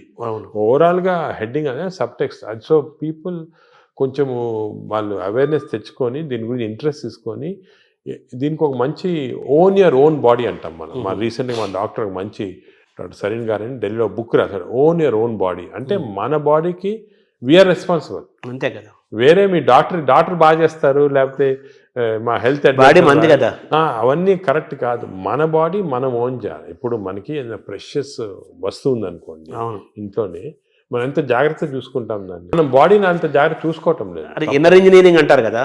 మనలోకి మనం లోపలికి చూసుకుంటూ, మనల్ని గమనించుకుంటూ, మన శరీరాన్ని మనం ఓన్ చేసుకుంటూ, మన హెల్త్ ని మనం డ్రైవ్ చేసి సింపుల్ ప్రిన్సిపల్స్ ఫాలో అయితే అంతే చాలా వరకు మనం బాడీ, మనం లైఫ్ స్పాన్ పెంచుకోవచ్చు హెల్తీగా. అంటే ఇంకోటి, ఇప్పుడు it is not question of life span, ఆ వర్డ్ తీస్తాం మన డిక్షనరీ. హెల్త్ స్పాన్ అంటే మనం ఎన్ని రోజులు బాగా జీవించవచ్చు. నార్మల్గా ఈ యానిమల్స్ అన్ని కూడా ఒక లైఫ్ స్పాన్ అని ఉంటుంది కదా, ఒక్కొక్క ఏజ్ ఉంటుంది. Human beings actually 120 years normal. అవును. బట్ 120 years ఎంతమంది చాలా తక్కువ మంది. ఎందుకంటే ఇవన్నీ ఈ ప్రాబ్లమ్స్ వల్ల మనకి we don't want 120 years life span, ఏదో కర్రలు పట్టుకొని నడవలేక. హెల్త్ స్పాన్ మీకు 80 years or 90 years బాగా హెల్తీగా ఉన్నాం అనుకోండి, చాలా. అది సో హెల్త్ అంటే మన టాబ్లెట్, మెడిసిన్స్ ఇవన్నీ వేసుకొని ఎంత తక్కువ లైఫ్ స్పాన్ పెరుగుతుంది. ఇప్పుడు పరిస్థితి అది కరెక్ట్ కాదు. మనం ఎంత హెల్తీగా ఉంటే, అసలు ఇవన్నీ కూడా diabetes, heart disease, liver fatty, ఇవన్నీ రివర్సిబుల్. క్యాన్సర్ కొన్ని ప్రివెంటబుల్, క్యాన్సర్ రివర్సిబుల్ కాదు, ప్రివెంటబుల్. డయాబెటీస్, హెల్త్, హార్ట్, మన అన్ని వెజల్స్ బ్లాక్ అయిన తర్వాత we have seen by following certain principal you can reverse it. మీకు అవసరం లేదు. షుగర్ రివర్స్ చేయొచ్చు, హార్ట్ రివర్స్ చేయొచ్చు, లివర్ ఫ్యాట్, లివర్ కరెక్ట్. ఈ ప్రిన్సిపల్స్ ఫాలో అయ్యి అంత ఆహారము, యాక్టివిటీ, స్లీప్ అంతా complete it's the digestive system. Sir ఈ క్రమంలో మీరు బ్లూ జోన్ 5 చెప్పారు. ఇప్పుడు బ్లూ జోన్ స్టడీ చేయండి. మీరు అనేదంటే ప్రజలు కూడా బ్లూ జోన్ బుక్స్ తీసుకొని అసలు వాళ్ళు ఎందుకు ఇన్ని రోజులు హెల్తీగా ఉంటున్నారు అని స్టడీ చేస్తే దీంట్లో చాలా నాలెడ్జ్ ఉందండి. అంటే ఇది ఇప్పుడు వచ్చింది కాదు, ఈ బ్లూ జోన్ అనేది 10,000 years గా జరుగుతూ ఉంది. మన భారతదేశాన్ని బ్లూ జోన్ గా మార్చలేదు. మనకి భారతదేశం బ్లూ జోన్. నాదేంటి, నేను చాలా మందికి ఈ పాలిటిక్స్ చెప్తుంటా, why can't we convert at least some part of India into blue zones? చేయొచ్చు. మన తెలుగు ప్రాంతాలను చేయొచ్చు. తెలుగు ప్రాంతాలు బ్లూ జోన్. అంటే ఈ బ్లూ జోన్ అంటే ఒకరిద్దరు పాటించింది కాదు, ఆ పాపులేషన్ అంతా పాటించాలి. ఇప్పుడు ఒక పాపులేషన్ అనుకోండి, మనకి మంచి ప్రోగ్రెసివ్ పాలిటీషియన్స్ సీఎంస్ ఉన్నారనుకోండి, ఒక మంచి కాన్సెప్ట్ తీసుకొచ్చి ఐడియా, నేను అనుకునేది అందరికి ఉంది, అది మన దేశం అంటే ఆంధ్రప్రదేశే తెలంగాణ ఏదైనా కూడా బ్లూ జోన్స్ లాగా మార్చేసేవచ్చు, కానీ అందరు ఫాలో కావాలి. అంటే బ్లూ జోన్గా మారడం అంటే ఏం చేయాలి సార్? అంటే ఈ వాళ్ళు బ్లూ జోన్స్లో ఏం చేస్తారో స్టడీ చేసి మనం ఇంప్లిమెంట్ చేస్తే అయిపోతుంది. అంటే మీరు చెప్పిన ఆ మూడేనా? అంతే healthy food pattern, exercise pattern, life style, sleep pattern, వాతావరణ కాలుష్యం కూడా ఉంది, పొల్యూషన్. ఆ వాతావరణ లక్లీ మనకు అంత లేదు. ఇప్పుడు ఢిల్లీ అనుకోండి, అదే నార్త్ ఇండియా అనుకోండి, ఆ పొల్యూషన్ అనేది మనకు హ్యాండిల్ లేదు, ఏం చేయలేము. కానీ లక్లీ మనం ఇప్పుడు తీసుకున్నాం అనుకోండి, ఇప్పుడు అదేముంది, గ్రీనరీ ఇంక్రీజ్ చేసుకోవటము, అది అటువంటివన్నీ కూడా చేసుకొని ఈ మన waste plastics, for example other problems plastics. ఈ ప్లాస్టిక్స్ వల్ల కూడా మేము చాలా రీసెర్చ్ చేస్తున్నాం. చాలా micro plastics producing tissue damage అనేది చాలా ఉంది. కొన్ని plastic bottle, especially plastic bottle ఎండలో పెడతాము, అది తాగామనుకోండి, దాంట్లో చాలా మైక్రో ప్లాస్టిక్స్ మన బాడీలో ఎంటర్ అయ్యి చాలా ప్రాబ్లమ్, డేంజరస్ అది.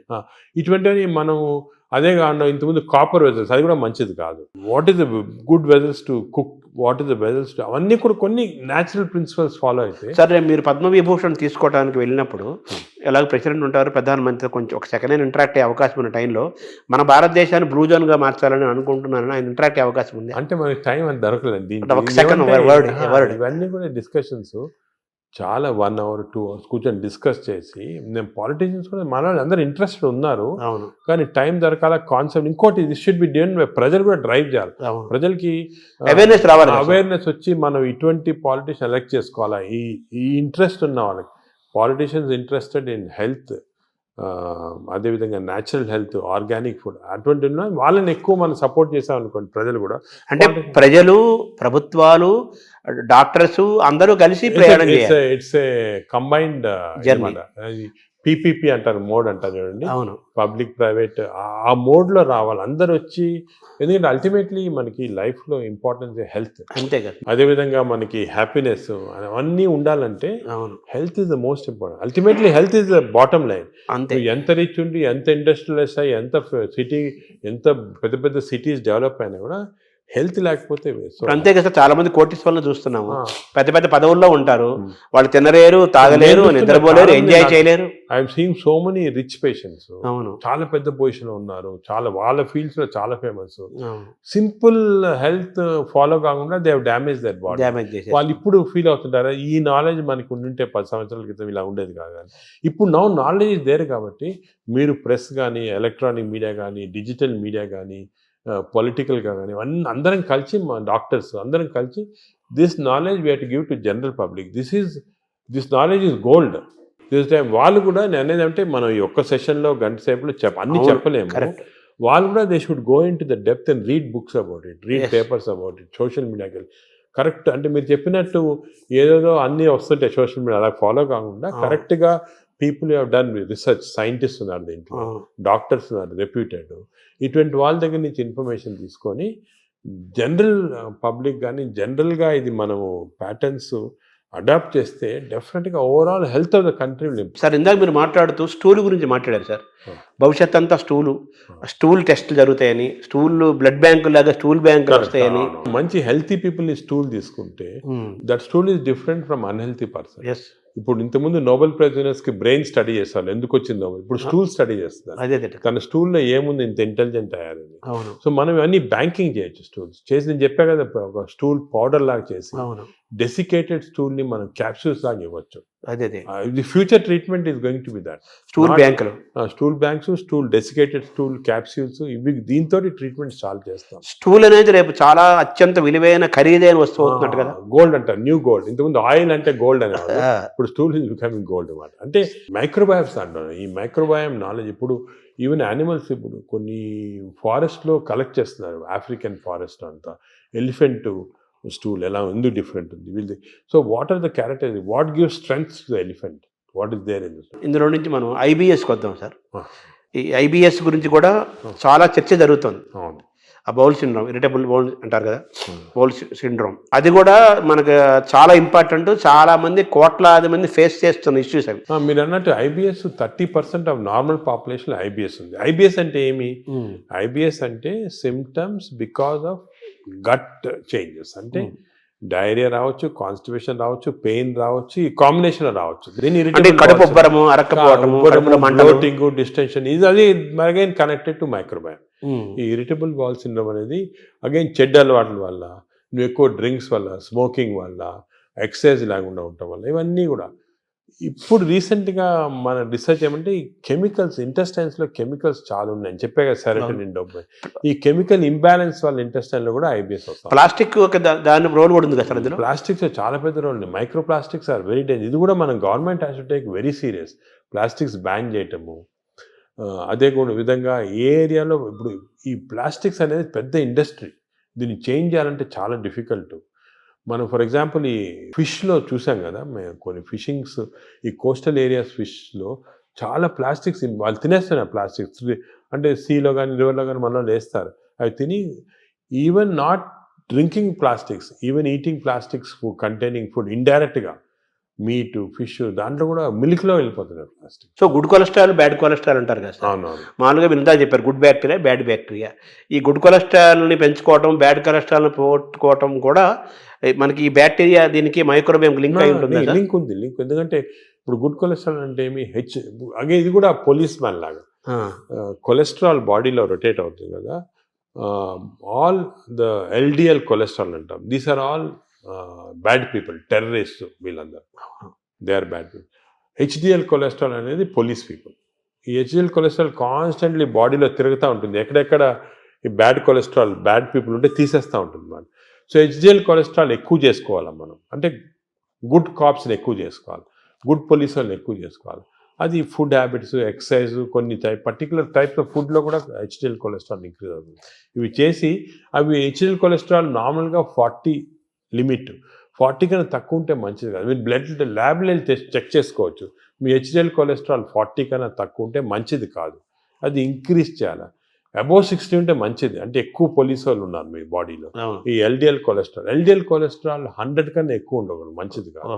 100 కన్నా తక్కువ ఉంటే 70, ఇప్పుడు మేము న్యూ లిమిట్ 70 పెట్టాము. ఎల్డిఎల్ కొలెస్ట్రాల్ 70 కన్నా తక్కువ ఉండి హెచ్డిఎల్ కొలెస్ట్రాల్ 60 కన్నా ఎక్కువ ఉంటే అంటే మంచి కాప్స్ ఉన్నాయి బాడీలో, ఈ టెర్రరిస్ట్ని, థీవ్స్ అని తీసేస్తున్నాయి అన్నమాట. సో అది ఏం చేయాలి, 60 HDL, less than 100 or less than 70 LDL cholesterol. Sir ఈ క్రమంలో మీరు బాగా అవేర్నెస్ తీసుకొచ్చిన టాపిక్స్లో ఫ్యాటీ లివర్ ఒకటి తీసుకొస్తున్నారు కదా సార్. ఆ ఫ్యాటీ లివర్ పెరుగుతుంది కదా ఇప్పుడు చాలా. ఇది ఎపిడమిక్ అండి ఫ్యాటీ లివర్. నేను I'm very worried about it. ఎందుకంటే మేము స్టడీ చేస్తున్నాం పాపులేషన్స్ 30-40%లో మన ఇండియాలో ఈ ఫ్యాటీ లివర్ ఇండియాలో ఎందుకు ఎక్కువ ఉన్నాయంటే మన జీన్స్లో కొన్ని ఫాల్ట్ ఉంది. ఇండియన్ జీన్స్, మిడిల్ ఈస్టర్న్ జీన్స్లో కొంచెం ఫాల్ట్ వల్ల ఫ్యాటీ లివర్ ఈజీగా వస్తుంది. పొట్టలు వస్తుంటాయి. స్కాన్ చేసుకుంటే ఫ్యాటీ లివర్ కనపడుతుంది. ఈ లివర్ కూడా గట్ తర్వాత second most important organ is liver. ఈ liver is controlling heart. Fatty liver ఉన్న వాళ్ళు ఫ్యాటీ లివర్తో చనిపోరు. ఫ్యాటీ లివర్ ఉన్న వాళ్ళు హార్ట్ డిజీజ్తో చనిపోతారు, బ్రెయిన్ డిజీజ్ అంటారు. ఈ ఫ్యాటీ లివర్ కరెక్ట్ చేస్తే వాళ్ళు హార్ట్ కరెక్ట్ పోయి బ్రెయిన్ కరెక్ట్. ఫ్యాటీ లివర్ ఎలా కరెక్ట్ చేసుకోవాలి? ఫ్యాటీ లివర్ కూడా అగైన్ ఈ అన్ని ఎక్సర్సైజెస్ ఇవన్నీ కాకుండా మనకి కొత్త టెక్నాలజీ, కొత్త మెడికేషన్స్ అన్నీ వస్తున్నాయి ఫ్యాటీ లివర్ కరెక్షన్కి. ఫ్యాటీ లివర్కి మైక్రోబయామ్కి చాలా సంబంధం ఉంది. ఫ్యాటీ లివర్కి ఇంటెస్టైన్స్కి చాలా సంబంధం ఉంది.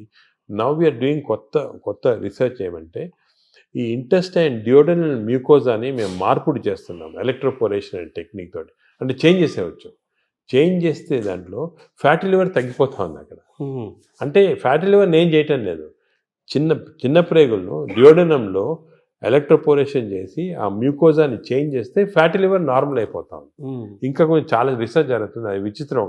We are going to come with a new device with which we can change the duodenal mucosa. దీన్ని డియోడినల్ మ్యూకోజల్ రీసర్ఫేసింగ్ అంటారు. అది చేస్తే లివర్లో ఫ్యాట్ పోతాం. తర్వాత ఇప్పుడు ఈ క్యాన్సర్ పెరుగుతోంది, దాని మీద కూడా మీరు రీసెర్చ్ చేస్తున్నారు. అలాగే ఈ షుగర్ను కూడా మనం రివర్స్ చేయొచ్చు అని కూడా దాని రీసెర్చ్ చేస్తున్నారు. వేరే సబ్జెక్ట్ లేదు, వేరే దాని. ఇప్పుడు మనం చేస్తున్న ప్రధానమైన రీసెర్చ్ ఏంటి సార్ ప్రస్తుతం? అంటే ఇవన్నీ ఏరియాలో మేము మామూలుగా మెటబాలిక్ హెల్త్ పైన చేస్తున్నాం ఎక్కువ. మెటబాలిక్ హెల్త్ అంటే ఇవన్నీ fatty liver, obesity, diabetes, heart disease, sugar, BP, ఇవన్నీ కూడా కొలెస్ట్రాల్ అన్నీ మెటబాలిక్ హెల్త్ కింద వస్తుంది. దీనిపైన చాలా రీసెర్చ్. అంటే నేను చెప్పినట్టు ఒక రోజు మాట్లాడుకోవచ్చు మన రీసెర్చ్ గురించి. మేమేం చేస్తున్నాం అంటే మా యానిమల్ ల్యాబ్, మా దగ్గర పెద్ద యానిమల్ ల్యాబ్ ఉంది. యానిమల్ ల్యాబ్లో రీసెర్చ్ చేసి హౌ టు ట్రాన్స్లేషనల్ రీసెర్చ్ అంటారు. We have India's largest translational research centre. ఇంకోటి ఏం చేసామంటే మేము నాట్ ఓన్లీ ఇక్కడ డాక్టర్స్ కాకుండా ఐఐటీలో ఉన్న ఇంజనీర్స్ని, అలా IIITలో ఉన్న ఆర్టిఫిషియల్ ఇంటెలిజెన్స్ ఇంజనీర్స్ని, అదేవిధంగా హైదరాబాద్ యూనివర్సిటీలో ఉన్న మైక్రోబయాలజిస్టులు అందరూ కూడా తీసుకొచ్చి కన్సోర్షియం లాగా చేసి we are doing extensive research in this area. Because మేము చేసే రీసెర్చ్ ఇప్పుడు రేపు మీకు రాకపోయినా ఒక 4-5 yearsలో చాలా చేంజెస్ వస్తాయి. 4-5 years అంత తొందరగా వచ్చేస్తే I'm aiming in 5 years time we should change this whole concept in metabolic health. ఈ రీసెర్చ్ వల్ల మన దేశంలోనే కొత్త ప్రోడక్ట్స్, కొత్త టెక్నిక్స్, కొత్త టెక్నాలజీ, కొత్త హెల్త్ సబ్స్టెన్సెస్, మేము చెప్పాం కదా డెసికేటెడ్ స్టూల్ క్రాప్స్, ఇటువంటివన్నీ కూడా తీసుకొచ్చేస్తాం. ఐఎమ్ కాన్ఫిడెంట్ 5 yearsలో. ఇంకోటి ఏమంటే we are also trying to form a big consortium with other hospitals in the country. ఇప్పుడు ఆల్ ఇండియా ఇన్స్టిట్యూట్ ఉంది మెడికల్ సైన్సెస్ ఢిల్లీలో, అదేవిధంగా PGI చండీగఢ్లో ఉంది. ఇవన్నీ కూడా అందరం కూడా షుడ్ కమ్ టుగెదర్. ఇప్పుడు this is the lesson we are learn from western country. యుఎస్లో అనుకోండి మేయో క్లినిక్, క్లీవ్లాండ్ క్లినిక్, ఇవన్నీ కూడా కలిపి చేసి ఫాస్ట్గా వచ్చేస్తాయి రిజల్ట్. ఒకరొకరు చేయాలంటే 10-15 సంవత్సరాలు పడుతుంది. ఇందా మీరు ఒక మాట అన్నారు కదా సార్, ఈ జీన్స్ గురించి అన్నారు. మన జీన్స్ వల్లనే మనకి ఫ్యాటీ లివర్ పెరుగుతుంది, పొట్టలు అన్ని స్టడీ చేసి పెరుగుతుంది అంటున్నారు. మన ఇండియన్స్ లో రివర్స్ చేయలేమా మనం? జీన్స్ రివర్స్ చేయలేం, కానీ జీన్స్ ని PNPLR అని కొన్ని జీన్స్ ఉన్నాయి మన ఫ్యాటీ లివర్ వచ్చి, దాన్ని జీన్స్ ని మార్పుడి చేయొచ్చు. కానీ చాలా జెనెటిక్ ఇంజనీరింగ్ అని చాలా వేరే డిఫరెంట్ సబ్జెక్ట్. కానీ ఎపిజెనెటిక్స్ అని వచ్చింది. అవునవును. ఈ ఎపిజెనెటిక్స్ టెక్నిక్స్ లో ఈ జీన్స్ ని బ్లాక్ చేశారు. చెడ్డ జీన్స్ ని మనం బ్లాక్ చేయొచ్చు. అవి కూడా చేస్తున్నాం. అంటే మనం డిఎన్ఏని చేంజ్ చేయటమంటారా? దాన్ని డిఎన్ఏ చేంజ్ చేయలేం, కానీ డిఎన్ఏ ఎఫెక్ట్ ని బ్లాక్ చేయొచ్చు. డిఎన్ఏ ఎలాగా డిఎన్ఏ బాడీలో ఉందనుకోండి, ఇట్ ప్రొడ్యూసెస్ RNA ఇచ్చి ప్రోటీన్స్ వస్తాయి, పాత్వే. అలాగే మనకి అంత పాత్వే నార్మల్గా. సో మనం చెడ్డు డిఎన్ఏ ఉన్నా కూడా అది చెడ్డ RNA కాకుండా బ్లాక్ చేయొచ్చు. సార్, ఈ క్రమంలో ఈ బ్యాక్టీరియా మేనేజ్మెంట్ లో మనకు యోగా, సూర్య నమస్కారాలు, ధ్యానము, స్పిరిచువల్ థింకింగ్, కళలు ఇవన్నీ ఉన్నాయి కదా. అంటే స్పిరిచువల్ థింకింగ్ అంటే మెడిటేషన్ టైప్, బ్రెయిన్ అంటే management of brain management, various meditation అటువంటి చేయొచ్చు. అదేవిధంగా యోగా కూడా కొంతవరకు ఇట్ ఈస్ బెనిఫిషియల్ అని చాలా రీసెర్చ్ జరిగింది ఇంట్లో. ఇవన్నీ ఎలాగంటే వీఆర్ మాడ్యులేటింగ్ అవర్ బ్రెయిన్లో ఉన్న కెమికల్స్ మాడ్యులేట్ చేస్తున్నాం. దాంతోపాటు గట్ బ్యాక్టీరియా ఇవన్నీ ఇప్పుడు యోగాలో చూసాము, అది కూడా రీసెర్చ్ చేస్తున్నాము. యోగా కన్సిస్టెంట్గా చేస్తే బ్యాక్టీరియా చేంజ్ అయిపోతుంది. అవునా? So all these things are interconnected. So మీరు చెప్పినట్టు చాలా పెద్ద కన్సోర్షియం ఫామ్ చేసి we are doing lot of research. అంటే షుగర్ అనేది మనకి, ఈ డయాబెటీస్ అనేది మోస్ట్ ఛాలెంజింగ్ గా ఉంది. అది కూడా మనం విల్ గెట్ ఆన్సర్స్. ఇవన్నీ కూడా part of the research will get good answers. So reverse చేసే అవకాశం మనకు ఉంది. అన్ని కూడా రివర్సిబుల్ అండి. షుగరే కాదు, ఈవెన్ హార్ట్ బ్లాక్స్, అదేవిధంగా బ్రెయిన్ ఇది డిమెన్షియా, న్యూరలాజికల్ ప్రోగ్రెషన్ అన్ని రివర్స్ చేసేవచ్చు. మనకి మెయిన్ రీసెర్చ్ ఏమంటే we have to work on this preventable. ఒక్కసారి జబ్బు వచ్చిన తర్వాత బదులు మనము ప్రివెన్షన్, రివర్సిబిలిటీ అంటే వచ్చిన తర్వాత ఎలా మార్పు చేయాలి, దీనిపైన అంత కాన్సన్ట్రేషన్. ఈ ఒబెసిటీని తగ్గించడానికి, అలాగే ఈ షుగర్ డయాబెటీస్ని కంట్రోల్ చేయడానికి ఇంజెక్షన్స్ వచ్చాయి అంటున్నారు. ఇప్పుడు కొత్తగా GLP-1 అనలాగ్స్ అంటారు. అంటే మనకి నార్మల్గా బాడీలో స్మాల్ ఇంటెస్టైన్లో GLP-1 హార్మోన్స్ ప్రొడ్యూస్ అవుతాయి. అవి మన ఈ ఇంటెస్టైన్స్ మ్యూకోజా చెడిపోవటం వల్ల కానీ, బ్యాక్టీరియా వల్ల ప్రొడ్యూస్ అవుతుంది GLP-1. ఇవన్నీ పోతే ఆర్టిఫిషియల్గా ఈ GLP-1 ఇవ్వచ్చు. కానీ ఇది నా ప్రకారం చాలా తప్పు. ఇది ఈ ఆర్టిఫిషియల్ మంజోరో అని, ఒజంబిక్ అని ఇవన్నీ ప్రజలు లేటెస్ట్ వచ్చాయి. ఇప్పుడు మెడికల్ షాప్స్లో అమ్ముతున్నారు, తీసుకొని తప్పు చేయకూడదు. అది ఎందుకు అంటే ఈ GLP-1 మన బాడీలో న్యాచురల్గా ప్రొడ్యూస్ అవుతుంది. నేచర్కి ఎంత ప్రొడ్యూస్ చేయాలా, ఎక్కడ ఆపాలా, ఎక్కడ రివర్స్ చేయాలా, ఇవన్నీ నేచర్ తెలుసు. మనం మాట్లాడుకున్నాం కానీ డయట్, మైక్రోబయాము, ఫిజికల్ ఎక్సర్సైజ్, స్లీప్ ఇవన్నీ నార్మల్గా ఇస్తే బాడీ న్యాచురల్గా ప్రొడ్యూస్ చేస్తుంది. ఇవన్నీ అబ్నార్మల్గా ఉంటే మనకి బయట నుంచి ఆర్టిఫిషియల్గా అవుతుంది. బట్ ఆర్టిఫిషియల్ మెడిసిన్ తోటి మనకి ఎంత లిమిట్, ఎంత తీసుకోవాలి, ఎప్పుడు ఆపాలి, ఇవన్నీ కరెక్ట్ తెలియదు. నేను చూశాను చాలామంది ఈ ఇంజెక్షన్స్ వాడుతున్నారు. ఇండియాలో కూడా వచ్చేసింది వచ్చేసింది, ఇండియాలో కూడా చీప్గా వచ్చేసింది. దీనివల్ల ఏం డేంజర్ అంటే వాడినప్పుడు 2-3 నెలలు, 6 నెలలు బాగుంటుంది, వెయిట్ తగ్గుతాము, ఆకలి తగ్గిపోతుంది. కానీ దీనిలో చాలా ఎఫెక్ట్ బాడీ పైన ఉంది. నేను అది కూడా స్టడీ చేస్తున్నాము. బాడీలో ఈ ఇంటెస్టైన్ నరాలు చెడిపోతున్నాయి, మూమెంట్ పోతా ఉంది, ఇంటెస్టైన్ అసలు మూమెంటే చెడిపోయింది. అదేవిధంగా బోన్స్ అబ్జార్ప్షన్ పోయి బోన్స్ వీక్ అయిపోతున్నాయి, మజిల్స్ ఎట్రోఫీ అవుతున్నాయి. ఫేస్లో we got now what is called Ozempic face, అంటే ఫేస్ అంతా ష్రింక్ అయిపోతుంది. చూసుంటారు కొంతమంది సెలబ్రిటీలో ఫేస్ చేంజ్ అయిపోతుంది దీనివల్ల. సో ఇవన్నీ కూడా these effects are some time not reversible also. మన మెటాబాలిజం వ్యతిరేకంగా ఉన్నట్టే కదా. వ్యతిరేకంగా ఉన్నట్టే. న్యాచురల్ మెథడ్లో చేయకుండా ఇలా చేస్తే మంచిది కాదు. మై అడ్వైజెస్ అసలు వాడద్దని, తప్పు ఇది. ఇవన్నీ all these injections artificial methods వాడతాం తప్పు, మనం చేయకూడదు. న్యాచురల్ మెథడ్స్ అన్నీ ట్రై చేసి ఫెయిల్ అయిన తర్వాత అండర్ మెడికల్ సూపర్విజన్ ఒక 3-4 months వాడి ఎందుకు వాడతాం, రీసెట్టింగ్ అంటాం అన్నమాట. మెటబాలిజం రీసెట్ చేయడానికి వాడచ్చు. కానీ ఇయర్స్ టుగెదర్ ఇంజెక్షన్ తీసుకోవడం ఏదైతే చాలా తప్పు. Shortcut methods they are not good.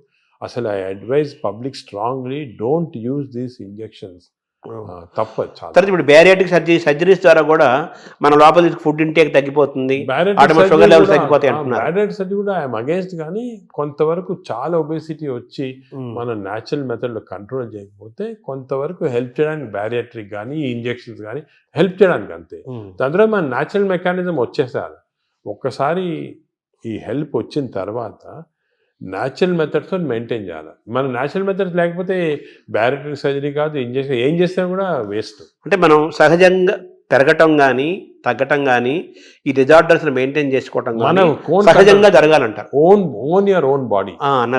Body అంటే మన బాడీని మనం ఓన్ చేయాలి, మన కంట్రోల్ చేసుకోవాలి. కానీ ఈ వేరే ఇంజెక్షన్స్ కంట్రోల్ డాక్టర్ చేస్తారు, దీన్ని బ్యారియాట్రిక్ చేస్తారు అనేది తప్పు. అసలు మీ మేజర్ గోల్ ఏంటి సార్? అంటే మనకి మీరు పద్మవిభూషణ్ వచ్చింది మన ఇండియా వరకు, అది కాకుండా American association of society of gastroenterologist award కూడా హైయెస్ట్ అవార్డు ఈ గ్యాస్ట్రోఎంటరాలజీకి సంబంధించి.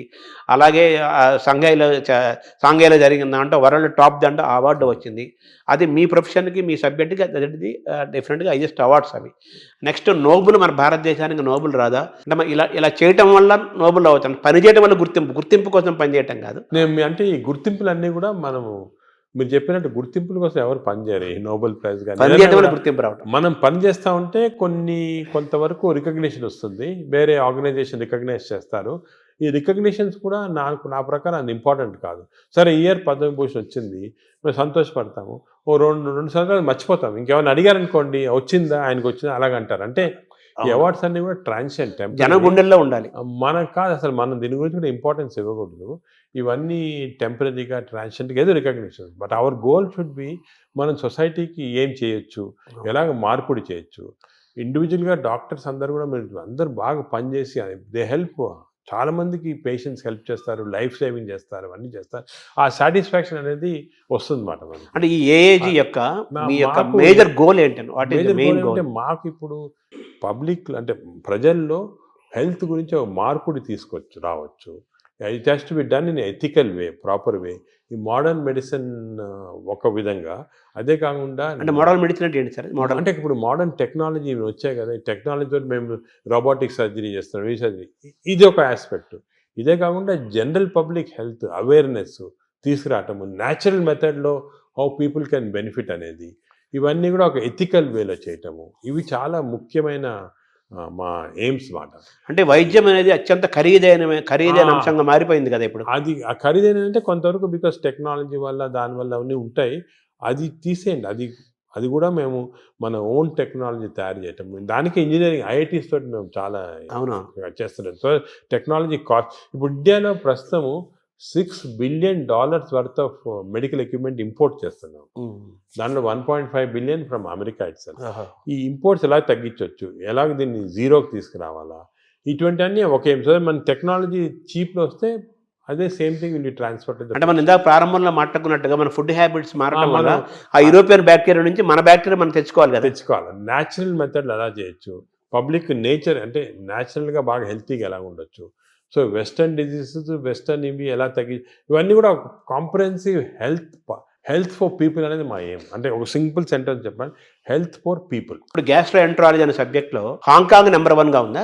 గ్యాస్ట్రోఎంటరాలజీలో Hong Kong prince of Wales hospital number 1 institute. దాని గురించి వాళ్ళు చాలా రీసెర్చ్ చేసి డెడికేటెడ్గా లాస్ట్ 50 yearsగా వర్క్ చేస్తున్నారు. అదే సో వాళ్ళతో మేము అసోసియేషన్ చేసి, ఫర్ ఎగ్జాంపుల్ అక్టోబర్లో Hong Kong prince of Wales hospital, AG hospital India combined symposium చేసి అందరు డాక్టర్స్ని పిలిచాం ఇండియాలో. సో వాళ్ళు కూడా దే కెన్ లెర్న్ అక్కడ ఏం చేస్తున్నారు, మనం ఏం చేయొచ్చు, మనం అంటే ఇవన్నీ కూడా. ఇంకోటి ఏమంటే మెడిసిన్ ఇంపార్టెంట్, కాన్స్టెంట్గా వేరే వాళ్ళ చేత నేర్చుకోవాలి.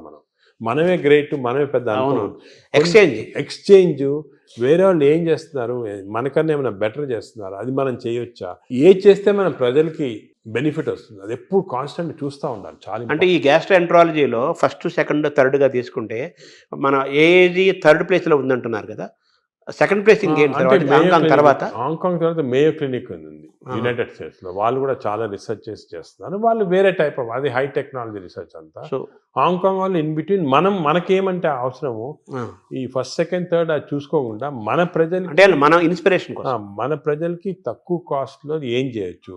ఇప్పుడు హాంకాంగ్లో ఏం చేస్తారు, మేయో క్లినిక్లో ఏం చేస్తున్నారు, అదేవిధంగా ఇటలీలో జెమినీ హాస్పిటల్ ఉంది, వాళ్ళు కూడా 4th ప్లేస్లో ఉన్నారు, వాళ్ళే చేస్తారు. ఇవన్నీ కూడా మన దగ్గర అడాప్ట్ చేసి తక్కువ ఖర్చులో మన ప్రజలకి ఎలాగ బెనిఫిట్ చేయొచ్చు, how can we work for that అనేది మా డాక్టర్స్ అందరూ కూడా ఆ కల్చర్ ఒకటి వచ్చింది మాట. సో నెలకు ₹1,00,00,000 జీతాన్ని కూడా ఇవ్వడానికి 10 ఏళ్ల క్రితం మీకు అవకాశం వచ్చినా కానీ అవన్నీ వదులుకొని ఇక్కడే ఉంటున్నందుకు, ఏజెంట్ డెవలప్ చేస్తున్నందుకు మీరు తృప్తిగా ఉన్నారా? నాకైతే చాలా తృప్తి, సాటిస్ఫాక్షన్. ఎందుకంటే నాకు యూఎస్ఐలో ఆఫర్స్ వచ్చినప్పుడు అక్కడ ఒక జూయిష్ డాక్టర్ ఉండేవాడు. ఆయన చెప్పాడు, మీకు హార్వర్డ్లో బెస్ట్ హాస్పిటల్లో నీకు ఇంత పెద్ద ఉద్యోగం వస్తే ఎందుకు వద్దనుకోని ఇక్కడ వచ్చి. నేను అన్నాను, సార్ వచ్చి నెలకు ₹1,00,00,000 అది అన్నాడు. నేను వచ్చి లేదు అని వచ్చిన తర్వాత ఇప్పుడు ఆయన వాళ్ళ స్టూడెంట్స్ మన దగ్గర ట్రైనింగ్ పంపిస్తున్నాడు.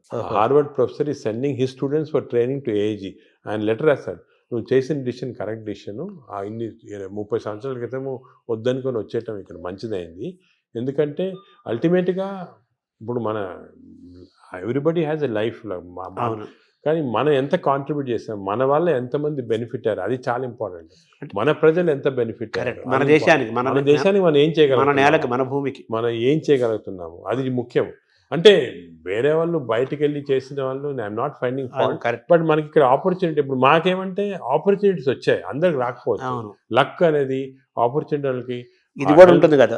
అంటే సొసైటీ వాళ్ళు హెల్ప్ చేసిందా, మీరు చెప్పినట్టు రాత, డెస్టినీ, అదే గవర్నమెంట్ కూడా హెల్ప్ చేయటము, అన్ని గవర్నమెంట్ కూడా బాగా హెల్ప్ చేస్తారు. సో మిమ్మల్ని మీరు రివ్యూ చేసుకుంటే ఒకసారిగా మీ కెరీర్ని మేజర్ ఇన్స్పిరేషన్స్ కానీ లేదా టర్నింగ్ పాయింట్స్గా తీసుకుంటే, మీరు పెథాలజిస్ట్గా ఉండాల్సింది ఇట్లోకి నాన్నగారి అడ్వైస్ తోటి గ్యాస్ట్రోఎంట్రాలజీ రావటం ఒక సబ్జెక్ట్ ఒకదాన్ని చెప్పచ్చు. నాకు చాలామంది చిన్నప్పటి నుంచి మా టీచర్స్ కానీ, పేరెంట్స్ కానీ, లీడర్స్ కానీ, సొసైటీలో చాలామంది ఇన్స్పిరేషన్ కానీ హెల్ప్ చేశారు. మామూలు నేనేమంటే ప్రతి వాళ్ళు కూడా I see something what is the positive and try and adapt చూసుకుంటామాట. అలా చూసుకుంటే లాట్ ఆఫ్, అంటే అందరూ నాన్నగారేనా మీ పెథాలజీ టు గ్యాస్ట్రోఎంట్రాలజీ రావడానికి? మేజర్గా మా ఫాదర్ చాలా స్ట్రిక్ట్ మనిషి. ఆయన లైఫ్ లాంగ్ కూడా సర్వీస్ చేసి థౌజండ్స్ ఆఫ్ స్టూడెంట్స్ని ట్రైన్ చేసి సొంతంగా ఏం చేసుకోలేదు. అంటే ఆయన పాపం డబ్బు ఏం చేసుకోలేదు. ఆయన మామూలుగా ఇంట్లో ఉంటే కూడా చిన్న బల్బు ఆన్ చేసి, ఎలక్ట్రిసిటీ ఎక్కువ అవుతుందని చెప్పి బల్బులు కూడా ఆన్ చేశాడు కాదు, చిన్న బల్బ్ కింద కూర్చుంటాడు చేసి చాలా పబ్లిష్ చేసి ఒక కల్చర్ అనేది మా దాంట్లో ఇంబైబ్ చేశాడు. నువ్వు ఇలా ఉండాలా, ఇది ఇంపార్టెంట్, సొసైటీకి ఏమైనా చేయాలి, కానీ నువ్వేమైనా చేసుకుంటే ఏం లాభం వేస్ట్ అని చెప్పి ముందు నుంచి నన్ను ఎంకరేజ్ చేశారు. ప్రాక్టీస్ వద్దు, you setup institution, do research, do service అని. మెయిన్గా ఆయన ఉన్న ఎయిమ్స్ అనేది మాకు బాగా ఇన్కల్టేట్ అయిపోయి దాని గురించి ఆ పాత్వే ఫాలో అవుతున్నాం. ఆయన కూడా మన దేశం, మన నేల అనే ఫీలింగ్ ఆయన కూడా చాలా ఎక్కువ. ఆయన కూడా వాషింగ్టన్ ఆర్మ్స్ఫోర్డ్ ఇన్స్టిట్యూట్ అని చాలా పెద్ద అమెరికన్ ఇన్స్టిట్యూట్లో వర్క్ చేసి వచ్చారు. ఇక్కడికి వచ్చి మన ఫస్ట్ విశాఖపట్నంలో ప్రొఫెసర్గా వచ్చాడు పెథాలజీ, దాని తర్వాత కర్నూలు, గుంటూరు, దాని తర్వాత హైదరాబాద్లో డైరెక్టర్ ఆఫ్ మెడికల్ సైన్స్, అదేవిధంగా నిజామ్స్ ఇన్స్టిట్యూట్ ఫస్ట్ డైరెక్టర్ ఆయన. అవన్నీ మన కాకల సుబ్బారావు గారి కంటే ముందు కాకల సుబ్బారావు ముందు ఫస్ట్ నాన్న డైరెక్టర్, దాని తర్వాత సెకండ్ కాకల సుబ్బారావు. సో అలాగా ఫుల్ సరే ఆయన చూస్తే ఒక ఇన్స్పిరేషన్. అరే అసలు ఆయనకి ఏం వేరే ఇది లేదు, ఈ కూడా మేడ్ లాట్ ఆఫ్ మనీ, కూడా గోన్ అండ్ డిఫరెంట్ రూట్, అవన్నీ ఏం లేకుండా ఇంత. అంటే మిమ్మల్ని మీరు ఇప్పుడు ఎలా మేనేజ్ చేసుకుంటున్నారు సార్? మీకు ప్రొఫెషనల్ స్ట్రెస్ అలాగే మీకు అందరిలాగే మీకు 24 hours కదా. అంటే స్ట్రెస్ అనేది దానికి ట్రిక్ ఏమంటే చిన్న సింపుల్ ట్రిక్ అండి, you to enjoy your work. Enjoy చేస్తే స్ట్రెస్ ఉండదు. ఇష్టపడమంటారు, ఇంటర్వ్యూ చేస్తున్నారు, మీరు ఎంజాయ్ చేస్తున్నారు, అలాగా ఎంజాయ్ చేస్తే మీకు 10 ఇంటర్వ్యూలు చేస్తే మీకేం స్ట్రెస్ ఉండదు. అలాగే నాకు కూడా సీరియస్ పేషెంట్స్ వాళ్ళ లైఫ్ సేవ్ చేస్తున్నాము. ప్రతి పేషెంట్కి ఒక స్టోరీ ఉంది. ప్రతి పేషెంట్ వెనకాతల ఒక లైఫ్ ఉంది. అవన్నీ మేము తీసుకుంటే we enjoy everything we do. ఆ ఎంజాయ్మెంట్ వచ్చిందనుకోండి అసలు స్ట్రెస్ 24 hours వర్క్ చేయొచ్చు. Only thing is proper nutrition, proper exercise, proper sleep అనేది మాస్టర్ చేయాలి. అది మాస్టర్ చేస్తే మిగతా అంతా. అంటే ఏఏజీని ఎలా చూడాలనుకుంటున్నారు భవిష్యత్తులో మీరు? నేను ఏజీ మా ఏమంటే it should become one of the best hospitals మన దేశంలో కాకుండా ఈవెన్ వరల్డ్ వైడ్. ఆల్రెడీ వచ్చేస్తుంది లక్కీ. న్యూస్ వీక్ మ్యాగజైన్ చాలా మేజర్ ఇచ్చేసారనమాట. సెన్సస్ చేసి దే రేటెడ్ ఇండియాలో only hospital taken is AG. AG is one of the best hospitals in the world ని they given that certificate. మీరు బయట చూసింటారు. అవును, మొత్తం తీసారు సార్, చూసాం. అది సో ఐఎమ్ వెరీ సాటిస్ఫైడ్. కానీ ఇంకా కూడా చేయాలంటే ఒక లెవెల్కి వచ్చామని చెప్పి మనము వదిలేసుకుంటే స్లోగా డిటీరియేషన్ వస్తుంది. కాన్స్టెంట్గా బి అవేర్ ఆఫ్ దిస్. ఎందుకంటే ఇంకోటి మన దాంట్లో నేను చూసి మా స్టూడెంట్స్ చాలామంది మా ట్రైన్ చేస్తుంటాము. We got very bright students ఇండియాలో, మంచి డాక్టర్స్, బ్రైట్ స్టూడెంట్స్. వాళ్ళకి కరెక్ట్ పాత్వే చూపించి కరెక్ట్ ఇది కమర్షియలైజేషన్ వద్దు, you going to research, you going to doing good for public ఉన్న వరకు మీకు బాగా సాటిస్ఫాక్షన్. ఒక ఫిలాసఫీ వాళ్ళకి ఇచ్చి ఒక మంచి స్టూడెంట్స్ గ్రూప్ని నీ లైఫ్ స్టైల్లో 1000 మందిని తయారు చేయొచ్చు. అలాగే వాళ్ళు ఇంకో 1000 మందిని తయారు చేస్తారు. చూసుకోండి ఎలా స్ప్రెడ్ అవుతుంది. అదే we can create a society which is very positive. అంటే నాగేశ్వర రెడ్డి గారి యొక్క, మీ నాన్నగారి యొక్క వారసత్వాన్ని మీరు తీసుకున్నారు. ఆయన ఒక స్టైల్ ఆఫ్ లైఫ్, మీదొక మీదొక స్టైల్ ఇది డిఫరెంట్. పైకి ఇలా లేపారు ఏజ్ అనేదాన్ని. ఇప్పుడు నెక్స్ట్ మీ నెక్స్ట్ జనరేషన్ ఉన్నారు మా ఆల్రెడీ సెట్ చేసాము. నెక్స్ట్ మంచి నాకన్నా మంచి వాళ్ళు ఉన్నారు నెక్స్ట్ జనరేషన్లో. రీసెర్చ్లో కానీ సొసైటీలో పనిచేయడానికి కానీ అందరు సెట్ అయిపోయారు. నేను ఇప్పుడు ఇర్రెలెవెంట్, ఈ స్టేజ్ అయిపోయింది నాది. నా పని అయితే అయిపోయింది. నెక్స్ట్ జనరేషన్ ఆల్రెడీ స్టార్ట్ చేశారు. నేను ఇప్పుడు ఉన్నా లేకపోయినా కూడా డిఫరెన్స్ లేదు. అలాగే వాళ్ళు నెక్స్ట్ జనరేషన్ సెట్ చేస్తారు. ఒక వ్యవస్థను క్రియేట్ చేసి వాళ్ళు నెక్స్ట్ జనరేషన్. నేను అనుకున్నాను మన దేశానికి అంటే ఏమంటే మనం కొంచెం లేట్ అయింది మన డెవలప్మెంట్లో దాంట్లో కానీ. ఇప్పుడు జపాన్ చూసుకోండి, వరల్డ్ వార్ తర్వాత ఎంత హార్డ్ వర్క్ చేసి వాళ్ళు వచ్చారు.